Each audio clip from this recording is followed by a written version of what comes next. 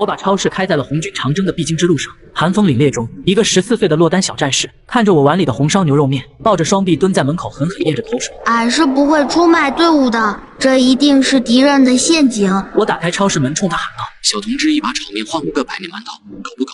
好说歹说，这小哥总算是进门。在暖烘烘的空调下，他身上那套在雪地里被冻得硬邦邦的破烂棉衣，此时一遇到暖风，布料就开始变得潮湿。我怕他穿湿衣受凉了，赶紧让系统从后台拿出一套加了厚棉的军大衣。还以为可以去太空开超市绑定你，我真是要亏到姥姥家去了。我没空理睬他，把衣服递给了小同志。我最近在研究布料的耐磨性，你能帮个忙，把你身上的那套棉服换给我吗？我又指了指旁边的泡面，这碗面算是报酬。他虽然满眼都是警惕，但肚子却咕噜噜的叫个不停。我扔下一条浴巾，换好衣服后喊我过来拿衣服。我躲进屋里头，双手兴奋的不停颤抖。这一切竟然是真的，我真的回到了88年前，真的看到了我的大爷爷。昨夜我躺在床上正在睡觉，耳朵旁传来了一阵嗡嗡作响的电子音。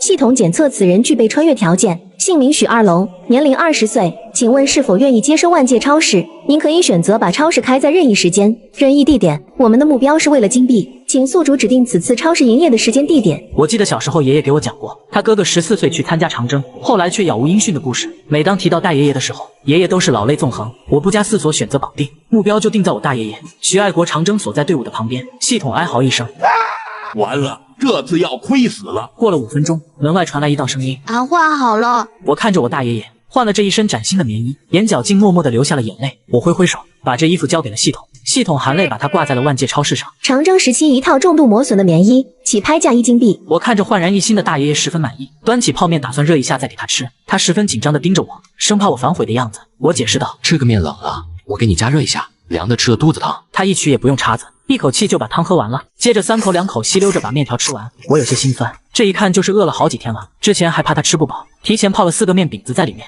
吃完之后，他忍不住舔了舔嘴唇。不用热，这面热乎着呢，真香啊！俺团长估计都没有吃过这么香的面。他踌躇了一会，问我：“你刚说一把炒面能换5个大白馍，是真是还是骗俺的？”我点点头，真的。有多少给你换多少。他低下头不敢看我，在地上拿起自己那只破了的行军包，翻了半天，才从下面拿出半斤已经被冰雪打湿、冻成面团的炒面。他有些犹豫，迟迟没有说话。我知道大爷爷是觉得占我便宜了，但又想换馒头救他的战友们。我一把夺了过来，用手掂量一下，大约1斤多，我就占你点便宜，给你50个白馒头吧。我心里小声呼喊：“系统给我准备50个肉馅馒头。”我又顺手从超市货架上拿一个超大双肩包，把50个馒头全放里面，然后把双肩包给我大爷爷。前后2斤，下次有生意再找我。无论你在哪，你往南走400米，然后喊许二龙就可以了。大爷爷的眼神里充满了好奇。你是佛祖派来救俺们的吗？我摇了摇头，都不是。你再不走，就追不上你的队伍了。他双眼亮晶晶地看了我一回。俺会记得你的，俺也姓许，俺叫许爱国。这次是俺占你便宜，有机会俺会报答你的。我鼻子一酸，点了点头。我望着大爷爷离去的背影，呢喃道：“我不但知道你姓许，我还知道你是我们整个老许家的骄傲。”大爷爷走后，我把炒面扔给了系统。我要批发一大批食物和药品。批发不要钱吗？刚收的棉服还欠了2个金币呢。我挠挠头陪笑。你们没有新手大礼包吗？一般的系统不都是有的吗？你一上午卖了那么多物资，却1分钱没赚，反而赔了4包泡面、50个肉馅馒头和1套行军服。就在系统抱怨时，突然我和系统同时听见了一个声音。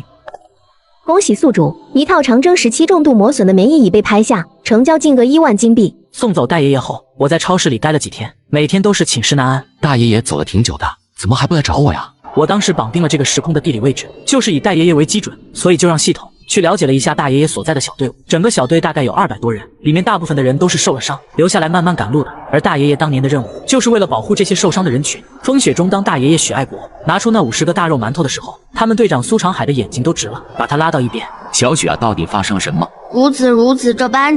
许爱国一五一十地说了。苏长海表情很严肃。这如果是那边的奸细怎么办？这馒头有没有毒还说不定呢。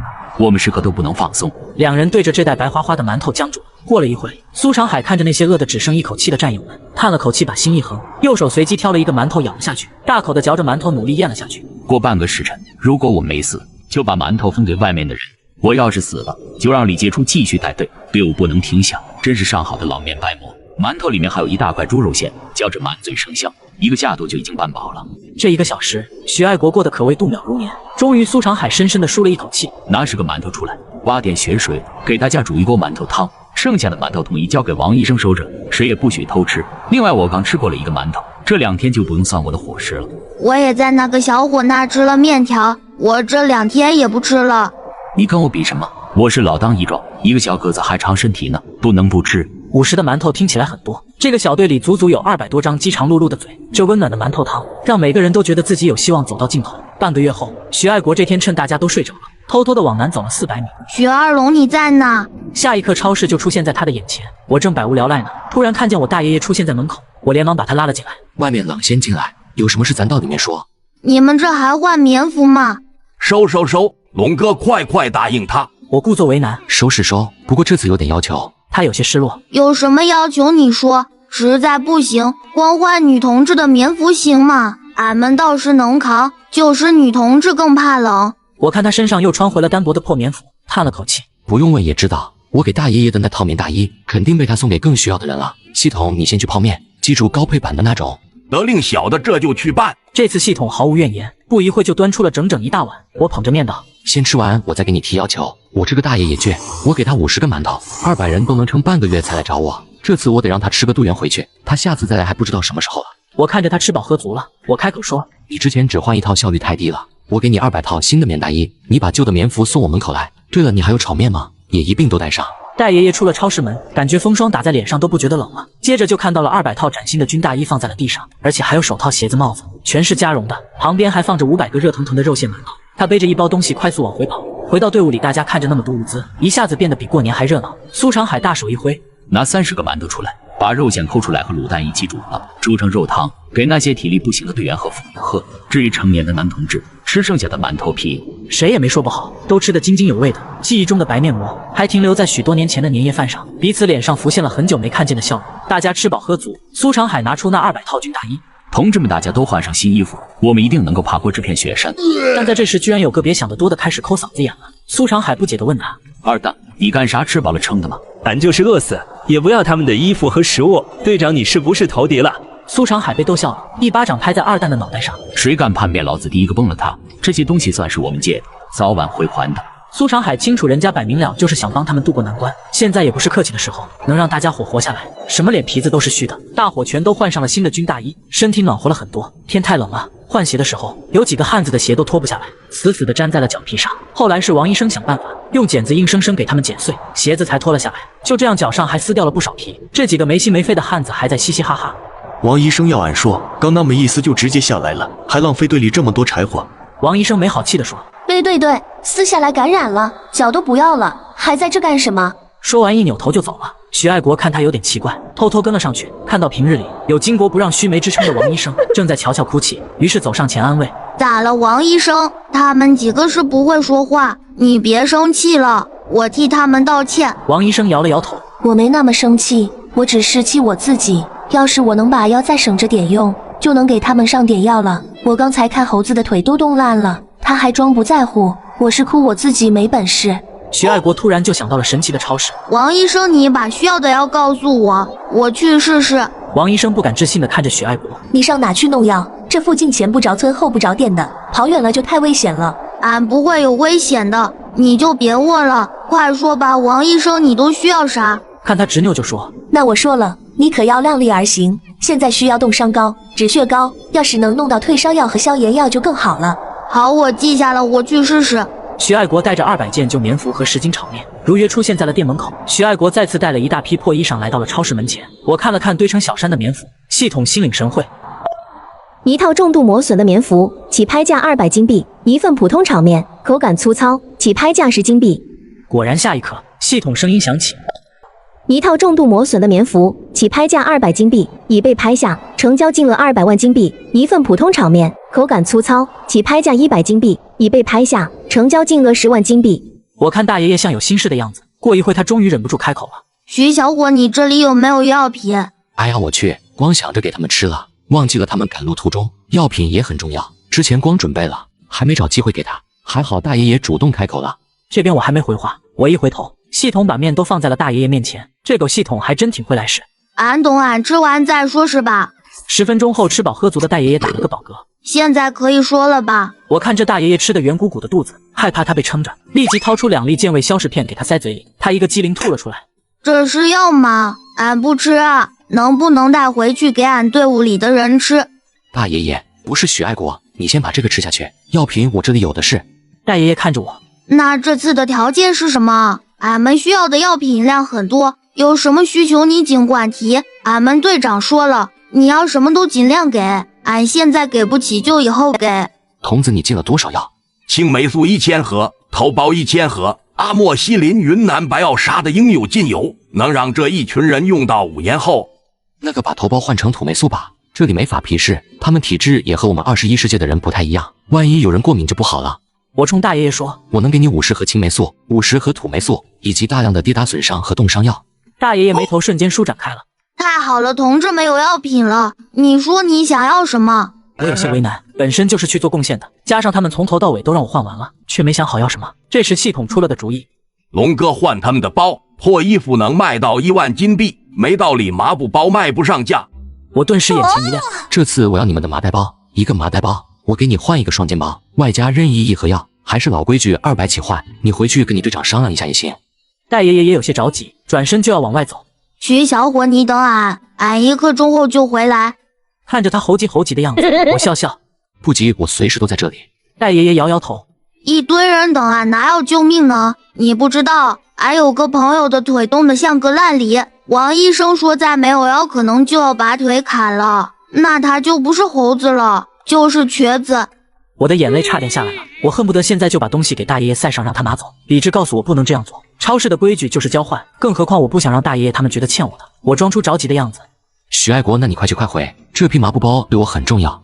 他点点头没再说话，撒腿就往超市外跑。超市离他所在的队伍只有400米，旁人看不见我们。当时许爱国说自己能搞到药，就头也不会走了。王医生怕出事，连忙去向队长打了报告。苏长海让他先保密，就加快脚步追上了许爱国。他没有看到许爱国嘴里所说的什么超市，但是眼睁睁地看着许爱国消失在原地。他瞪大了双眼，下意识地想去兜里摸卷烟，才意识到这个时期兜里比脸还干净。他太需要镇定一下了。20分钟后，许爱国又出现在原地，他一门心思就往回跑，甚至没瞧见不远处的苏长海。苏长海快步追上了他，许爱国以为被偷袭了，下意识就要一个过肩摔。爱国是我。许爱国定了定心神，队长，我听王医生说你去弄药了，我怕有危险，药品不比粮食，要是实在难弄就算了。队长，我弄到了，店主说要我们拿麻布包跟他换，1个麻布包就能换1个双肩包和1盒药。苏长海不愧是队长，没有像许爱国那样被震得魂不守舍。巨大的利益当前，他出奇的冷静了下来。许爱国有些着急，明明是天大好的事儿，怎么队长反而不吱声了？他晃着苏长海的手臂，队长快答应了吧，狗二蛋的手和猴子的脚再不上药，王医生说可能就保不住了。你回去跟那个叫雪二龙的小伙说，换可以，不过这次我要亲自跟他交易。他要见识见识，这随手能拿出数百套抗风服、几百个馒头的人，现在又要用上好的双肩包跟他们换麻袋包，他到底是何方神圣？莫不然真的是菩萨现身就是了。我看大爷爷刚出去没几分钟就回来了，有些纳闷。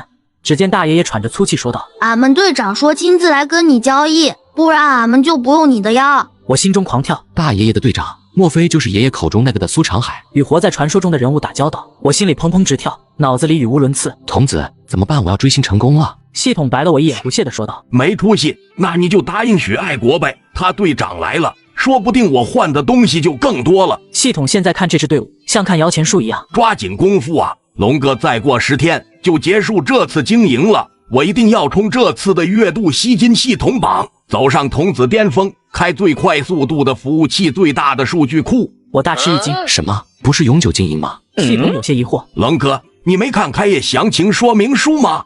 第1255页第15条有写的。我不再迟疑，扭头跟大爷爷说：“让你队长快来，像你一样喊我名字就可以了。不过每次只能进来1个人，你就在门口等着帮你家队长搬东西。”大爷爷重重点了点头，俺这就去。苏长海来得很快，跟大爷爷几乎是前后脚的功夫。我望着这个眼前这个人，他30多岁的年纪，从风雪吹裂的皮肤中，依旧能看出热血男儿特有的那份正气凛然。他冲我微微点头，伸出手：“你好，我是许爱国的队长，我叫苏长海。”我把我自己的手使劲在衣服上擦了擦，才小心翼翼握住了这双粗糙干裂的大手。队长好，我叫许二龙。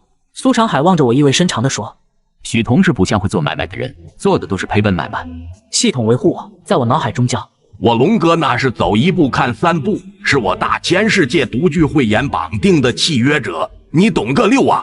我笑了笑，只是想尽点心意而已。童子上货。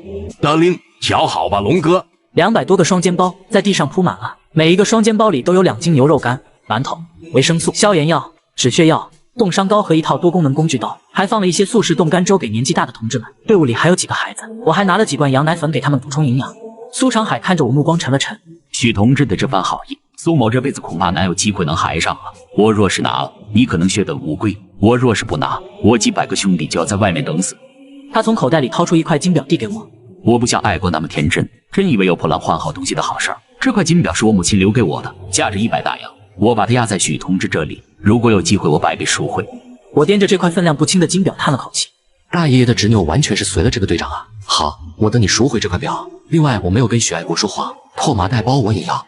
系统盼着破麻袋包盼的眼睛都红了。我要是说不用给了，童子怕是 CPU 得要气炸了。我大爷爷果然靠谱，很快把200个麻布包送到了超市门口。我挥挥手，准备好的双肩包一排排的列在了超市门口。等大爷爷把数量清点的差不多了，又跑回去叫人回来拿包。系统生怕大爷爷他们反悔了，一口气收了这200多个麻袋包，挂在万界超市上。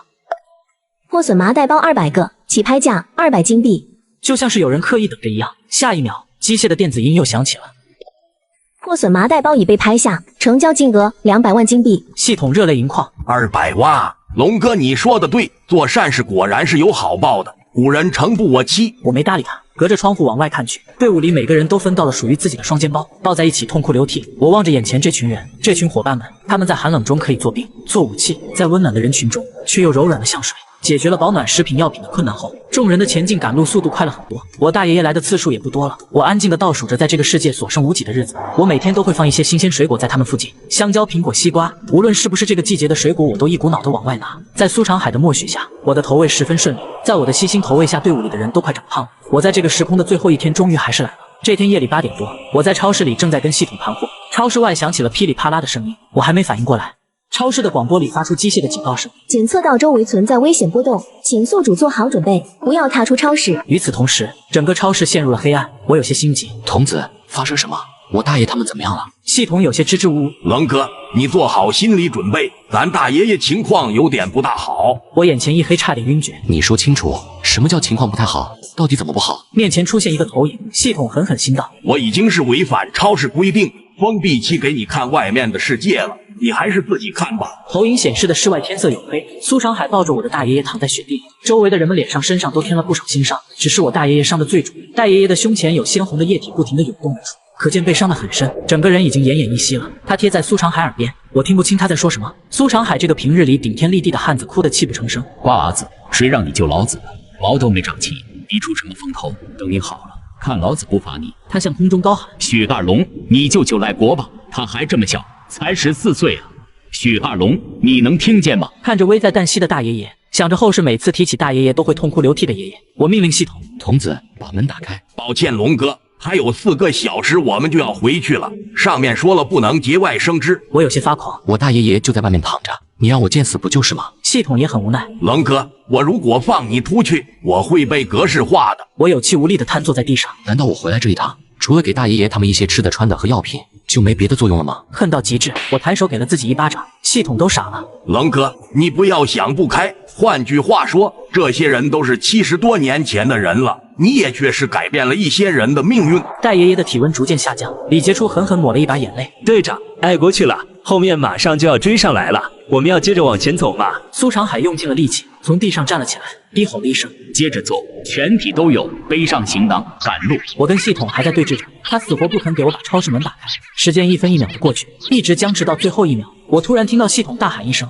冷哥，就是现在，可呀！下一刻，白光一闪，我回到了2023年。我的卧室中，想起大爷爷这些遭遇，我正抱头痛哭。门被敲响了，我一打开门，外面站了2个年轻人，2人看起来孔武有力的样子，他们很有礼貌。许先生，能否跟我们走一趟？我警惕地看着他们。你们是谁？我根本不认识你们。敢问许先生还记得80多年前的超市吗？让我们来请您的人就是为了这件事。他说只要说了这句话，您一定会去的。于是我跟随他俩坐上了一辆车，来到了一个别墅门前。为首的青年礼貌地对我说道：许先生，您自己进去吧，我们在外面等着。我惴惴不安又满怀好奇地走了进去。我以为我可能会见到白发苍苍的故人，没想到是一个30多岁的中年人。他看着我道：许先生，我关注你很多年了，咱俩终于有机会见面了。你或许可能不认识我，我自我介绍一下，我叫苏承泽，苏长海是我的爷爷。算起来你应该刚从那边的时空回来吧？他脸上带着无比的崇敬与怀念，看得我心神一滞，很是不解。这到底是怎么回事？你怎么知道我去了别的时空？在别人看来天方夜谭的事情，苏承泽却深信不疑，他也不卖关子。当年你大爷爷消失之前，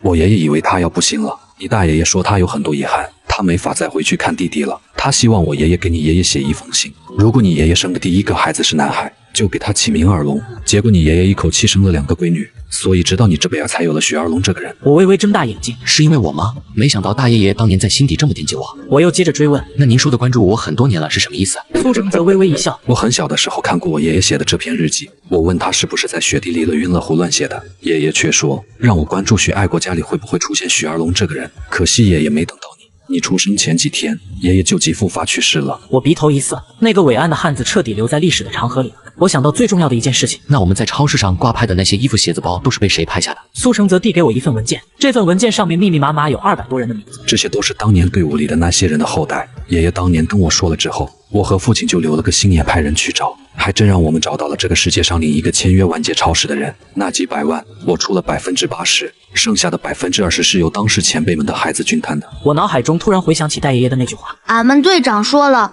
你要什么都尽量给你，现在给不起就以后给。我摇摇头，这些钱我不能要，怎么说我也是大爷爷的后辈，这300万给别人或许用处更大。苏承泽冲我一笑，这是你的事情了，我只负责答疑解惑而已。另外有块金表在你手里，爷爷生前一直念叨，苏某现在想买下来跟爷爷葬在一起。我连忙掏出那块金表递给他，不用买，这本来就是苏队长的东西，现在物归原主。他摇摇头，我苏家人说到做到，既然当时爷爷说了以后要100倍赎回，那我就一定按照他的话去执行。我拿着一张银行卡走出了苏家，突然想起来大爷爷还在侧卧睡着呢。当时最后1秒，系统突然喊了一句，冷哥，就是现在。超市已经启动了回来的程序，系统却趁乱强行打开了超市门，把濒死的大爷爷收了进来，又花了100万从星际超市兑了1瓶基因修复液给大爷爷喝下了。大爷爷一直在沉睡中，苏家人上门的时候，大爷爷还在隔壁酣然入睡呢。我赶紧往回赶，等我到家，大爷爷已经醒了，他保持着警惕的姿势，直到看到是我才放松了下来，问道，许二龙，俺不是死了吗？这里是天堂吗？俺就知道你肯定是菩萨派来的，天上不让说是吧？你能不能保佑俺们队长好好的？算俺求你了。我清了清嗓子，许爱国同志，郑重介绍一下，我是你弟弟许爱民的亲孙子，按辈分你是我大爷爷。此时此刻是北京时间2023年12月31日，大爷爷欢迎你回家。许爱国像被雷劈了一样，身体僵直，然后疯狂跑到窗边，看向窗外。窗外车水马龙，人间太平。我把大爷爷带回了老家，大爷爷看着白发苍苍的爷爷，笑着喊他的小名，胡子哥哥回来了，就是晚了点，没想到你都这么大岁数了，比俺还大了嘞。我把事情经过如实跟爷爷和大爷爷讲了一下，爷爷双眼看着我，二龙，你真是我的好孙子，你把我哥带回来了，我到下面能跟我们娘交差了。爷爷对外说许爱国是远方亲戚的孙子，想让他正常融入新社会。我把那300万全都投给了希望小学和残疾人救助中心，希望这份心意能延续下去。苏承泽知道大爷爷的事情后，帮着给大爷爷申请了一个新身份。我望着吃着红烧肉喝着可乐的大爷爷问道，大爷爷，听说你要去学校上学了呀？大爷爷穿着一身崭新校服，剃了一个小平头，正在学着用手机。他举起手机冲我嘿嘿傻乐，俺要去学校读书，你看王医生他孙子孙女都是啥研究生，俺不能让他孙子孙女瞧不起呀。过了一会儿，他喃喃地说了一句，现在大家都能上得起学，吃得上红烧肉，可真是太好了，可惜有些人没看见这样的好日子。他又给自己加油打气，双眼看着我，不过不要紧，就算现在还有什么不足，未来有你们撑着呢。我对着大爷爷重重的点了点头，对着他开口道，未来还会有一群像你一样的人带着我们砥砺前进。我带着10几个肉包子穿越到了抗战时期，再次见到正缺衣少食的八路战士。可当我把冒着热气的肉包子递给他时，眼前的八路战士却将冰冷的枪口对准了我。看着黑洞洞的枪口，我连忙开口道，队长，我是上山来给你们送食物的老乡。可八路战士却并没有放下警惕，反而是抬手拉上了枪栓。老乡，俺看你咋个不像脸？哪个老乡有你这么细皮嫩肉的？你肯定是敌人派来的奸细，想套出俺们指挥部在哪？俺是不会上当的。他语气虽然强硬，可目光却始终在那一袋冒着热气的肉包子上。我微微一笑，不信就算了，反正我把吃的放在这里，你想怎么处理都成。我说完，头也不回地转身离去，同时心里忍不住地兴奋起来。昨天我在整理杂物间的时候，意外发现系统再次归来。冷哥，好久不见，这次咱哥俩再合作一把，去一趟1942年怎么样？我毫不犹豫立即点头答应。于是我再次来到了抗战时期。正在我思绪越飘越远时，一道稚嫩中带着坚毅的声音传了过来。老乡，纠结了半天，八路战士还是开口了。见我转头，他又连忙问道：老乡，俺叫王建业，你叫啥名了呀？俺们有纪律，不能白拿老乡东西。等俺回去之后，俺就报告队长，把钱给你。这几十个白面做成的包子，更别提还是肉馅的。在现在这个年代，这可就代表了几十条人命。你一次性拿出来这么多肉包子，开销也绝对不小，不能让你吃亏啊！我摆了摆手，名字就算了，支援你们我就图个心里乐呵，也没想着要钱。他摇了摇头，那可不行，要是不给钱，俺回去要挨批评了。王建业翻遍了身上的口袋，愣是没找到1块钱。他挠了挠头，最后一狠心，从衣服内衬里小心翼翼地取出一支钢笔。这派克钢笔是俺们打了胜仗，上头奖给俺们指导员的。之后俺立了功，指导员又把这钢笔奖给了俺，听说值不少大洋嘞。俺拿着钢笔跟你换。他将那支钢笔递了过来，一脸的不舍。我本不想收，他却坚持要将这钢笔送给我，用来换那一袋包子。我实在推辞不过，只能收下。走之前我提醒道：对了，记得2天后还到这里等着，我会再拿吃的来。好的。王建业还没说完，就见我凭空打开了一扇门，走进去之后就消失不见了。这可着实把他吓了一跳。我滴个清凉四舅老爷，俺不会遇上妖怪了吧？回到现实后，我洗了个澡，坐在床边，一旁系统的声音传了过来：咱俩这次又是分逼不正的一天啊，历史总是惊人的相似，又是倒贴的一天，估计我又要被其他筒子笑话了。我摇了摇头，不要在意这些细节，人活一世，就图个心里痛快。我们拿东西援助他们，我心里就很痛快。再说了，人家也没白嫖，不还给了支钢笔吗？听到我提起钢笔，童子似乎是想到了什么。你快查查这支钢笔到底值多少钱？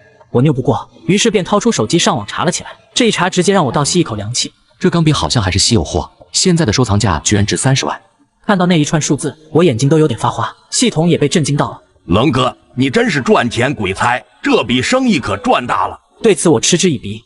这钢笔可是革命文物，岂是区区金钱能衡量的？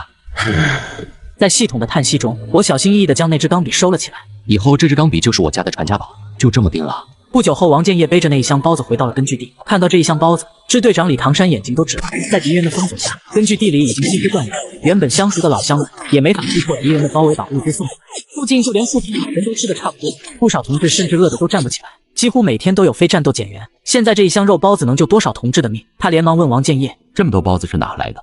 如此，这般。王建业照实说了。李唐山的表情顿时复杂起来。妖怪，王建业同志，你没跟我说笑吧？俺真没说笑，那人就是开了扇门，人就不见了。这么离谱的事，李唐山实在很难相信。可这一箱包子，王建业又是实打实地带了回来，真要没人帮又说不过去。他跟上次穿越时苏长海一样谨慎，忽然想到了一种可能性。该不会这包子是敌人下了毒之后送过来的吧？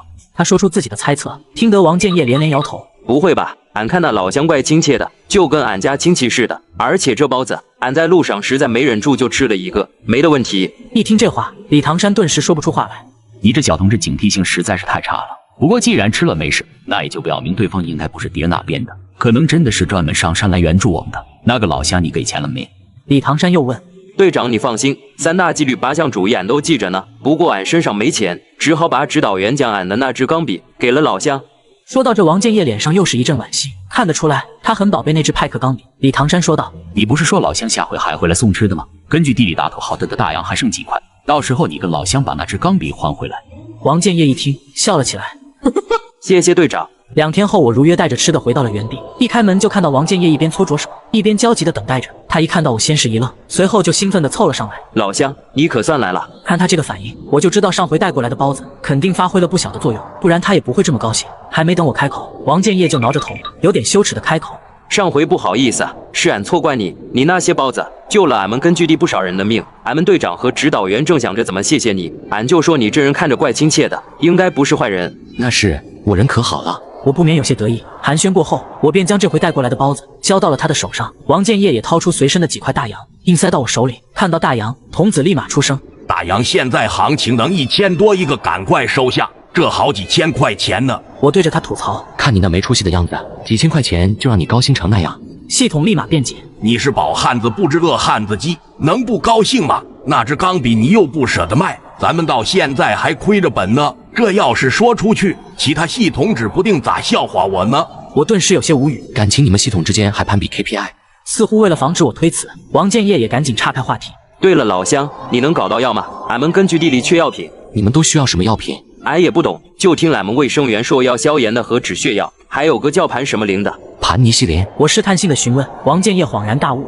对，好像就是这个名。俺们根据地上回才打过一场仗，因为缺药，好多同志伤口都化脓了，冬带都粘伤口上撕不下来。卫生员还说，要是再不处理就要坏死，得把手脚砍了才能活。要是能搞到药的话，就能保住俺战友们的手脚。闻言我心里有些不忍，于是问道：“你需要的药品清单有没有？”俺让卫生员写下来了。说着，他递过来一张纸条，上面用木炭写着几行清秀的字。给出纸条后，他又补充道：“卫生员说，这些药能弄到多少就弄到多少，俺们不强求。”我看了一眼纸条上的药品明细后，点头道：“放心，吃抹点药不是问题，我去就会。”说完，我又转身消失不见了。即便已经见过一次，王建业也依旧吃了一惊。这老乡该不会是神仙办的吧？盘尼西林也就是青霉素，在当年可以说是价比黄金，而现代得益于国家强大的工业实力，青霉素已经变成了极为常见的药物。纸条上，卫生员只写了一盒盘尼西林，看来他们也很清楚其价值，所以根本不敢奢求。由于没办法跟他们做交换，系统那边的规定又必须需要交换才可以换取物品。回到现实后，我则是给苏成哲打去了电话，想得到他的帮助。我把我再次穿越时的事一五一十的给他讲了清楚。苏成哲却直接说：“二龙，你只管放手大胆的干，我这边给你充足的资金保障。我相信爷爷要是还活着，也会支持我这么干的。”挂了电话，我让童子一次性买了2000盒青霉素，同时还打包了一些云南白药和医用酒精，外加一些跌打创伤药。现代的青霉素一支一般是80万单位，而那个时代一次用量也不过几百到几千单位，这2000盒应该够他们用一段时间了。随后我便带着药返回，我的突然出现似乎又让王建业吓了一跳。不过在得知我弄到药之后，他眼里的光芒更盛了。老乡，你该不会是观音菩萨吧？咱俺们要啥你都能弄到。我可不是什么菩萨，只是个路过的老乡罢了。我摇头嘿嘿笑着。老乡你可真神了。他一边笑着，一边看向我带过来的箱子。这一看他直接愣住了。老乡你咋弄来这么多盘尼西林呢？俺听卫生员说，盘尼西林一支就要4块大洋，你这得有上千支了吧？俺们给不起啊。我不是说过吗？我帮你们就图个心里痛快，钱不钱的无所谓。不行，这些药加起来估计得有个1万大洋呢，俺们不能占你这么大便宜。你等着，俺这就回去找队长再要点钱。说着他就要直接回去，我连忙拦住他。你自个回去，把我单独晾这儿，可不太好吧？眼见他左右为难，我叹了口气。要不这样吧，你给我写个欠条，以后要是有条件了再还给我也不迟。他纠结了一会，最终答应了下来。接着他从兜里掏出炭笔，在一张泛黄的纸上写下了欠条。临行前他还再三跟我保证，等他们有了钱，一定会如数还清。不过在走时，他好像还在小声嘀咕着些什么。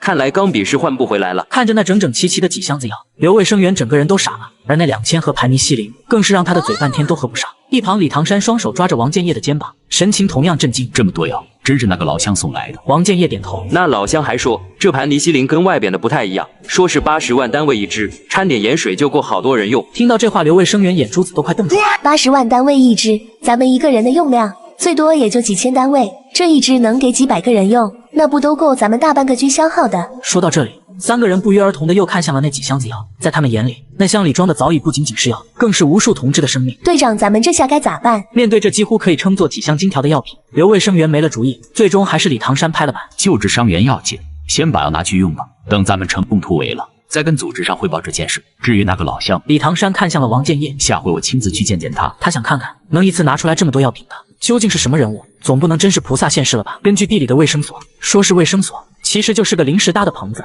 为了防止动摇其他人的士气，不少伤员即使疼痛难忍，也依旧强忍着不愿发出一丝声音。有不少伤员的伤口已经感染，面临截肢。此时王卫生员正站在一名小战士身旁，面色凝重。没办法了，只能锯腿了。那锯吧。那名小战士一咬牙下定了决心，至少把命保下来之后，咱还能继续为革命发光发热。咱就只是怕以后会拖累组织。他的语气虽然坚定，但是眼中原本属于年轻人的光芒却早已消失。谁都明白截肢之后会是什么情况，更别提还是锯腿。一旁王卫生员痛心不已。这名小战士年纪不过16岁，正是大好的年华，但没办法，他腿上的弹孔已经化脓，要是不截肢，只怕命都保不住。当他拿起锯子时，小战士不由得颤抖了一下，就一般的闭上了眼睛。就在这时，门外传来个声音：“慢着，别锯了，咱们有盘尼西林了。”王卫生员拿着锯子的手都抖了一抖。什么？有盘尼西林了？没几秒，就见刘卫生员冲了进来，手上拿着众人梦寐以求的东西。盘尼西林有了，咱们根据地的伤员有救了，不用截肢了，伤员不用截肢了。听到这话，王卫生员似乎是一下子松了口气，跌坐在地，手上的锯子也掉在一旁，发出哐当的声音。太好了，太好了！原本已经绝望的小战士也瞪大了眼睛。咱真不用锯腿了？不用了，有盘尼西林就不用了。这么说，咱以后不会拖累组织了。听到这个消息，那名小战士的眼睛重新闪烁起了光芒，那本应属于年轻人的、充满了希望的光芒再次浮现出来。几天后，我这次带着吃的过来，我发现王建业身边多了个人，见我有些疑惑，他连忙介绍起来：“这是俺们支队的李队长李唐山，你上回给了俺们那么多药，他说啥都想来见见你。”我从抗战档案中了解过李唐山这个人，他可是个好队长。比如在转移的路上，他常把自己的粮食分给战友，自己则是采野菜草根，装进包里充当干粮，直到饿得倒在地上才被战友们发现。路上遇到不认识的野菜野草，也是他第一个尝试吃了，没事他才会让战友们去吃。有一次他吃了有毒的野菜，连话都没说完就晕过去了，而他醒过来后做的第一件事，就是让身旁的战友赶忙告诉别人，这野菜有毒，不能吃。每次从当时的部队记录中看到这些，我总是会不由得感慨，这样的人物实在是让人敬佩。而他也和王建业一样，在整个支队和大部队走散之后，便再也没了音讯。现在能够见到本人，我的心里不免有些激动。要不是怕太过唐突，我甚至都想掏出手机来跟他合个影，毕竟这可是真正的革命先驱。李队长看到我之后，似乎也有些惊奇。王建业，他就是你说的老乡吗？看来我的形象和对方印象中的老乡差不少。王建业回答：“对呀，就是他。之前的包子还有药都是他带给俺们的。”李唐山点了点头，随后看向了我：“正式自我介绍一下，我是这支部队的队长。你带给我们的粮食和药品实在是太宝贵了，我代表我们整个支队向你表示最诚挚的谢意。”说着，他伸出了左手，似乎是想跟我握手。这时我才注意到他右手袖子空荡荡的，可能是察觉到我的目光。李唐山爽朗地笑了笑：“这是跟敌人白刃战的时候丢了的，都过去好几年了。现在我左手跟右手一样好，是没什么大不了的。”我本想像之前那样说两句骚话装个逼，然而在听到这些之后，满肚子的骚话却一句也说不出口。意外总是来得这么突然，就在我们正想继续说些什么时，一声报鸣在不远处响起。我还在奇怪这回谁上山放炮仗，一旁的李唐山和王建业却反应极为迅速，一起把我按到地上，同时还一人一半将我挡在了下面。我直接就懵了，这是在闹哪出？紧接着就听到同样的报鸣声连绵不断的在周围响起，越来越近，甚至连地面也在随之震颤。猛然间，那道报鸣声在距离我不远处的地方炸开，溅起不知多少泥土。这会儿我才意识到这是遭炮击了，之前的声音根本不是炮仗，而是在开炮。直到这个时候，李唐山的声音才在我的耳畔响起：“瓜娃子，咋听到炮声不知道躲呢？他奶奶的，这帮鳖孙儿不知道我们根据地在呢，天天乱放炮。”我正想吐槽你看上去也没比我大几岁，而后才猛地想起他们俩用身体把我挡在下面，这炮弹要是落到了身边，岂不是他们会因为我而牺牲？我想要推开他们，不想他们为我牺牲，而他们却把我死死地护住。别乱动，有我们在，你不会有事的。李唐山坚毅的声音传来，王建业的语气更是决绝：“队长说的对，俺就算是拼上这条命，也不会让老乡你少一根汗毛。”炮声只持续了几分钟，看上去只是敌人在毫无目的地轰炸。当李唐山二人确认炮声停了之后，才一起把灰头土脸的我从地上扶了起来。他们一边帮我打身上的灰尘，一边问我有没有哪里受伤，而我却看到他们背后的土灰色军装被划得破破烂烂的，有几道破口甚至渗出了丝丝鲜血。你们背后的伤？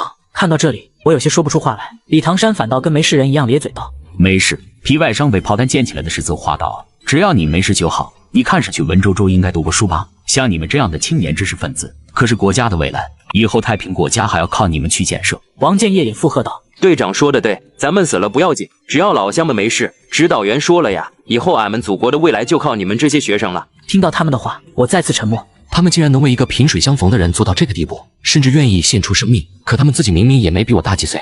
经过简单的交流，我们之间的气氛还算融洽。拿过这次的食物后，李唐山坚持要把自己手上那块手表送给我。这是之前缴获的，要是没跟大部队走散，手表这些个贵重东西一律都要上交。但是现在情况特殊，俺们又没别的值钱东西，就先拿这个跟你做交换。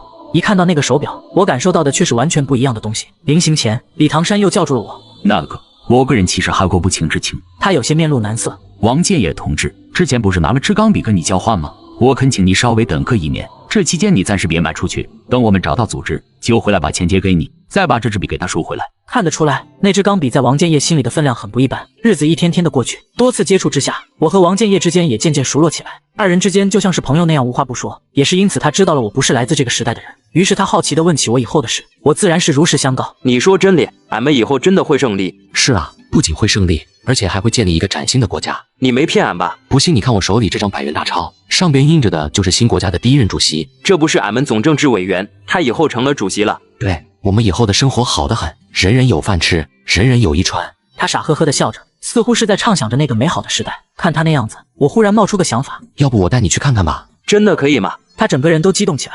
原来俺们国家以后这么厉害，指导员说的没错，还是俺们共产主义好。这要是说出来，俺战友估计都会以为俺做梦呢。到外边转了一圈回来，王建业显得很是兴奋。一路上高楼大厦、宽敞的马路、无数行驶的汽车，全都让他大开眼界。见他仍然有些意犹未尽，我便劝他留在这里吃个饭，下午再去看看别的地方。他却摇头推辞。不咧，俺这次出来只请了半天假，该回去咧。要是打起仗来俺不在的话，指导员又要批评俺的。他话是这么说，我却知道真正的原因。光是批评，又怎么能让一个人甘愿放弃安逸的生活，奔向炮火横飞的战场？唯有那份保家卫国、敢叫日月换新天的责任感才行。在出发前，他有些腼腆的开口：“那得要是以后有空了，俺还想来长长见识。”我点点头：“没问题，想来随时都行。”他咧开嘴，露出一口大白牙：“那就这么说定了。”我把王建业送走后，回到学校念书。我跟随导师做抗战历史课题研究，在整理史料的时候，认识了一个接近100岁的老人。老人已经说不出话来，得知我的来意后，颤颤巍巍地递给我一本已经发黄的册子。册子里面的页数已经残缺不全了。通过只言片语的信息，可以大致看出，这里面记录了一支部队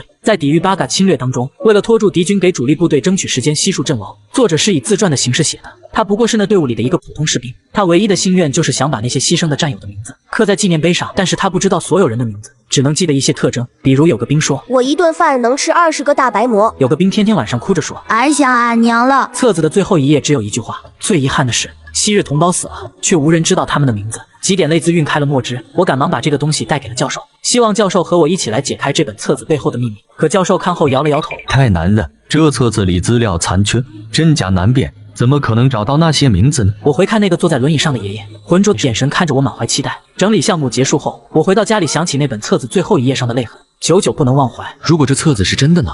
我总应该做点什么。于是我呼叫起系统：“龙哥，你喊我指定没好事，又有什么赔本买卖要去做？”别废话，你赶紧跟我去办一件大事。系统按照我心意，带我穿进了册子里的时空。按照册子里所写，这里是一个叫十里铺的地方。此刻正发生一场战役，代价惨重，全军覆没。而我要找的笔者也在这里。当我来到这里之后，映入眼帘的全都是残垣断壁。龙哥，这又是啥破地方啊？我有点害怕。童子的话没说完，一发符火雷炸在我的旁边，我还没反应过来，一股热浪卷袭了我全身。接着我眼前一黑，不省人事。在醒来的时候，我发觉自己居然躺在了床上。你醒了！一个穿着破烂戎装、估摸只有10多岁的少年凑过来，一张脏兮兮的脸，眼睛亮得几乎要发光。一个浑厚的声音从他身后传来：“蒜头，你再把人吓死！”一个穿着同样戎装的中年人从茅草屋外走了进来。那个叫蒜头的少年委屈地嘟囔道：“伍长，你看你说的这是啥话吗？”我忽然意识到，我找到册子里的那些人了。伍长问道：“小兄弟，你这打扮像个白面书生，怎么会在咱们十里铺这边？不知道现在正在打仗吗？多危险！”伍长似有些斥责的语气，但我能感受到他完全是担忧我的生命安全。为了留在这里帮助他们，我心一横，直接开始胡说八道：“我是从西域那边来的，但也是咱们部队的人，上面派我下来给你们升级装备的。”听闻此言，伍长懵了。什么升级军备？经过我一番解释，他们才理解我原来是上面派来的技术兵，能给他们的兵器升级。伍长叹了一口气，对我感慨道：“小兄弟，谢谢你肯冒死过来，可我们这真的不行了呀！这几天这帮小八嘎接连突袭，我这兄弟们只剩下几百人了，靠你一个人也改变不了什么。一会儿我安排小王送你和剩下的百姓撤离，你这样的人才能保一个是一个。”我急了：“不试试怎么知道不行呢？”伍长突然吼道：“不行就是不行！你们这些年轻人都以为打仗是儿戏吗？必须听我的，我派人送你们撤离。”伍长走后，我和那个叫蒜头的小战士面面相觑。蒜头摸摸脑袋，低下头：“最近那帮龟孙太狠了，他们用的是啥火铳？我们都不晓得，狗日的连声都没有。还有那个会移动的铁王八，我们估计差不多都要死在这了。伍长他没读过啥子书，所以特别爱惜你们这些喝过墨水的，听他的吧！”我急得大喊道：“可是死守在这，你们是在等死啊！”蒜头愣住了，我忽然发觉说错话了：“对不起，蒜头兄弟。”蒜头摸摸脑袋：“哎呀，我不叫蒜头，我叫王东明，因为爱吃大蒜，所以伍长老叫我蒜头。”我激动地握住了他的手：“你说你叫王东明？”“对呀，王东明就是那个作者的名字。”我看着眼前少年清亮的眼睛，陷入了沉思。按照册上所记录的，他是整个部队唯一活下来的人。我既然找到了他，又怎么能半途而废？我拉住王东明的手：“你有没有火铳？我给你升级一下。”王东明护住自己的火铳：“不行，伍长说了，火铳就是我们当兵的命，哪能随便借来？”我坚定地看着他：“你就信我一次。”王东明被我的眼神盯毛了，最后把火铳递给了我。拿到火铳后，我把他轰了出去，对着童子说：“这个能交换现代武器吗？”看着手里这款破的连子弹都不一定能打出去的火铳，童子开口道：“最新款装备呗，95式自动步枪行不行？”“行啊，咱自己造的95式用着顺手。”1分钟后，我把一把崭新的95式交到王东明手里，王东明眼珠子都要蹦出来了。看着眼前崭新的95式，直接道：“俺了亲娘了，这是个啥火铳？”我笑笑道：“就是你刚才那把火铳。”王东明瞪着我足有半分钟，然后突然嗷的一嗓子跑了，边跑边喊：“伍长出大事了！”不一会，整个部队的火铳都扔在我眼前。伍长激动道：“你真能够把它们变成那个新的火铳，比小八嘎的武器还厉害！”我自信道：“当然。”我抱着一大堆破火冲进了屋子，听见伍长对周围战士感叹道：“看看还得读书吧。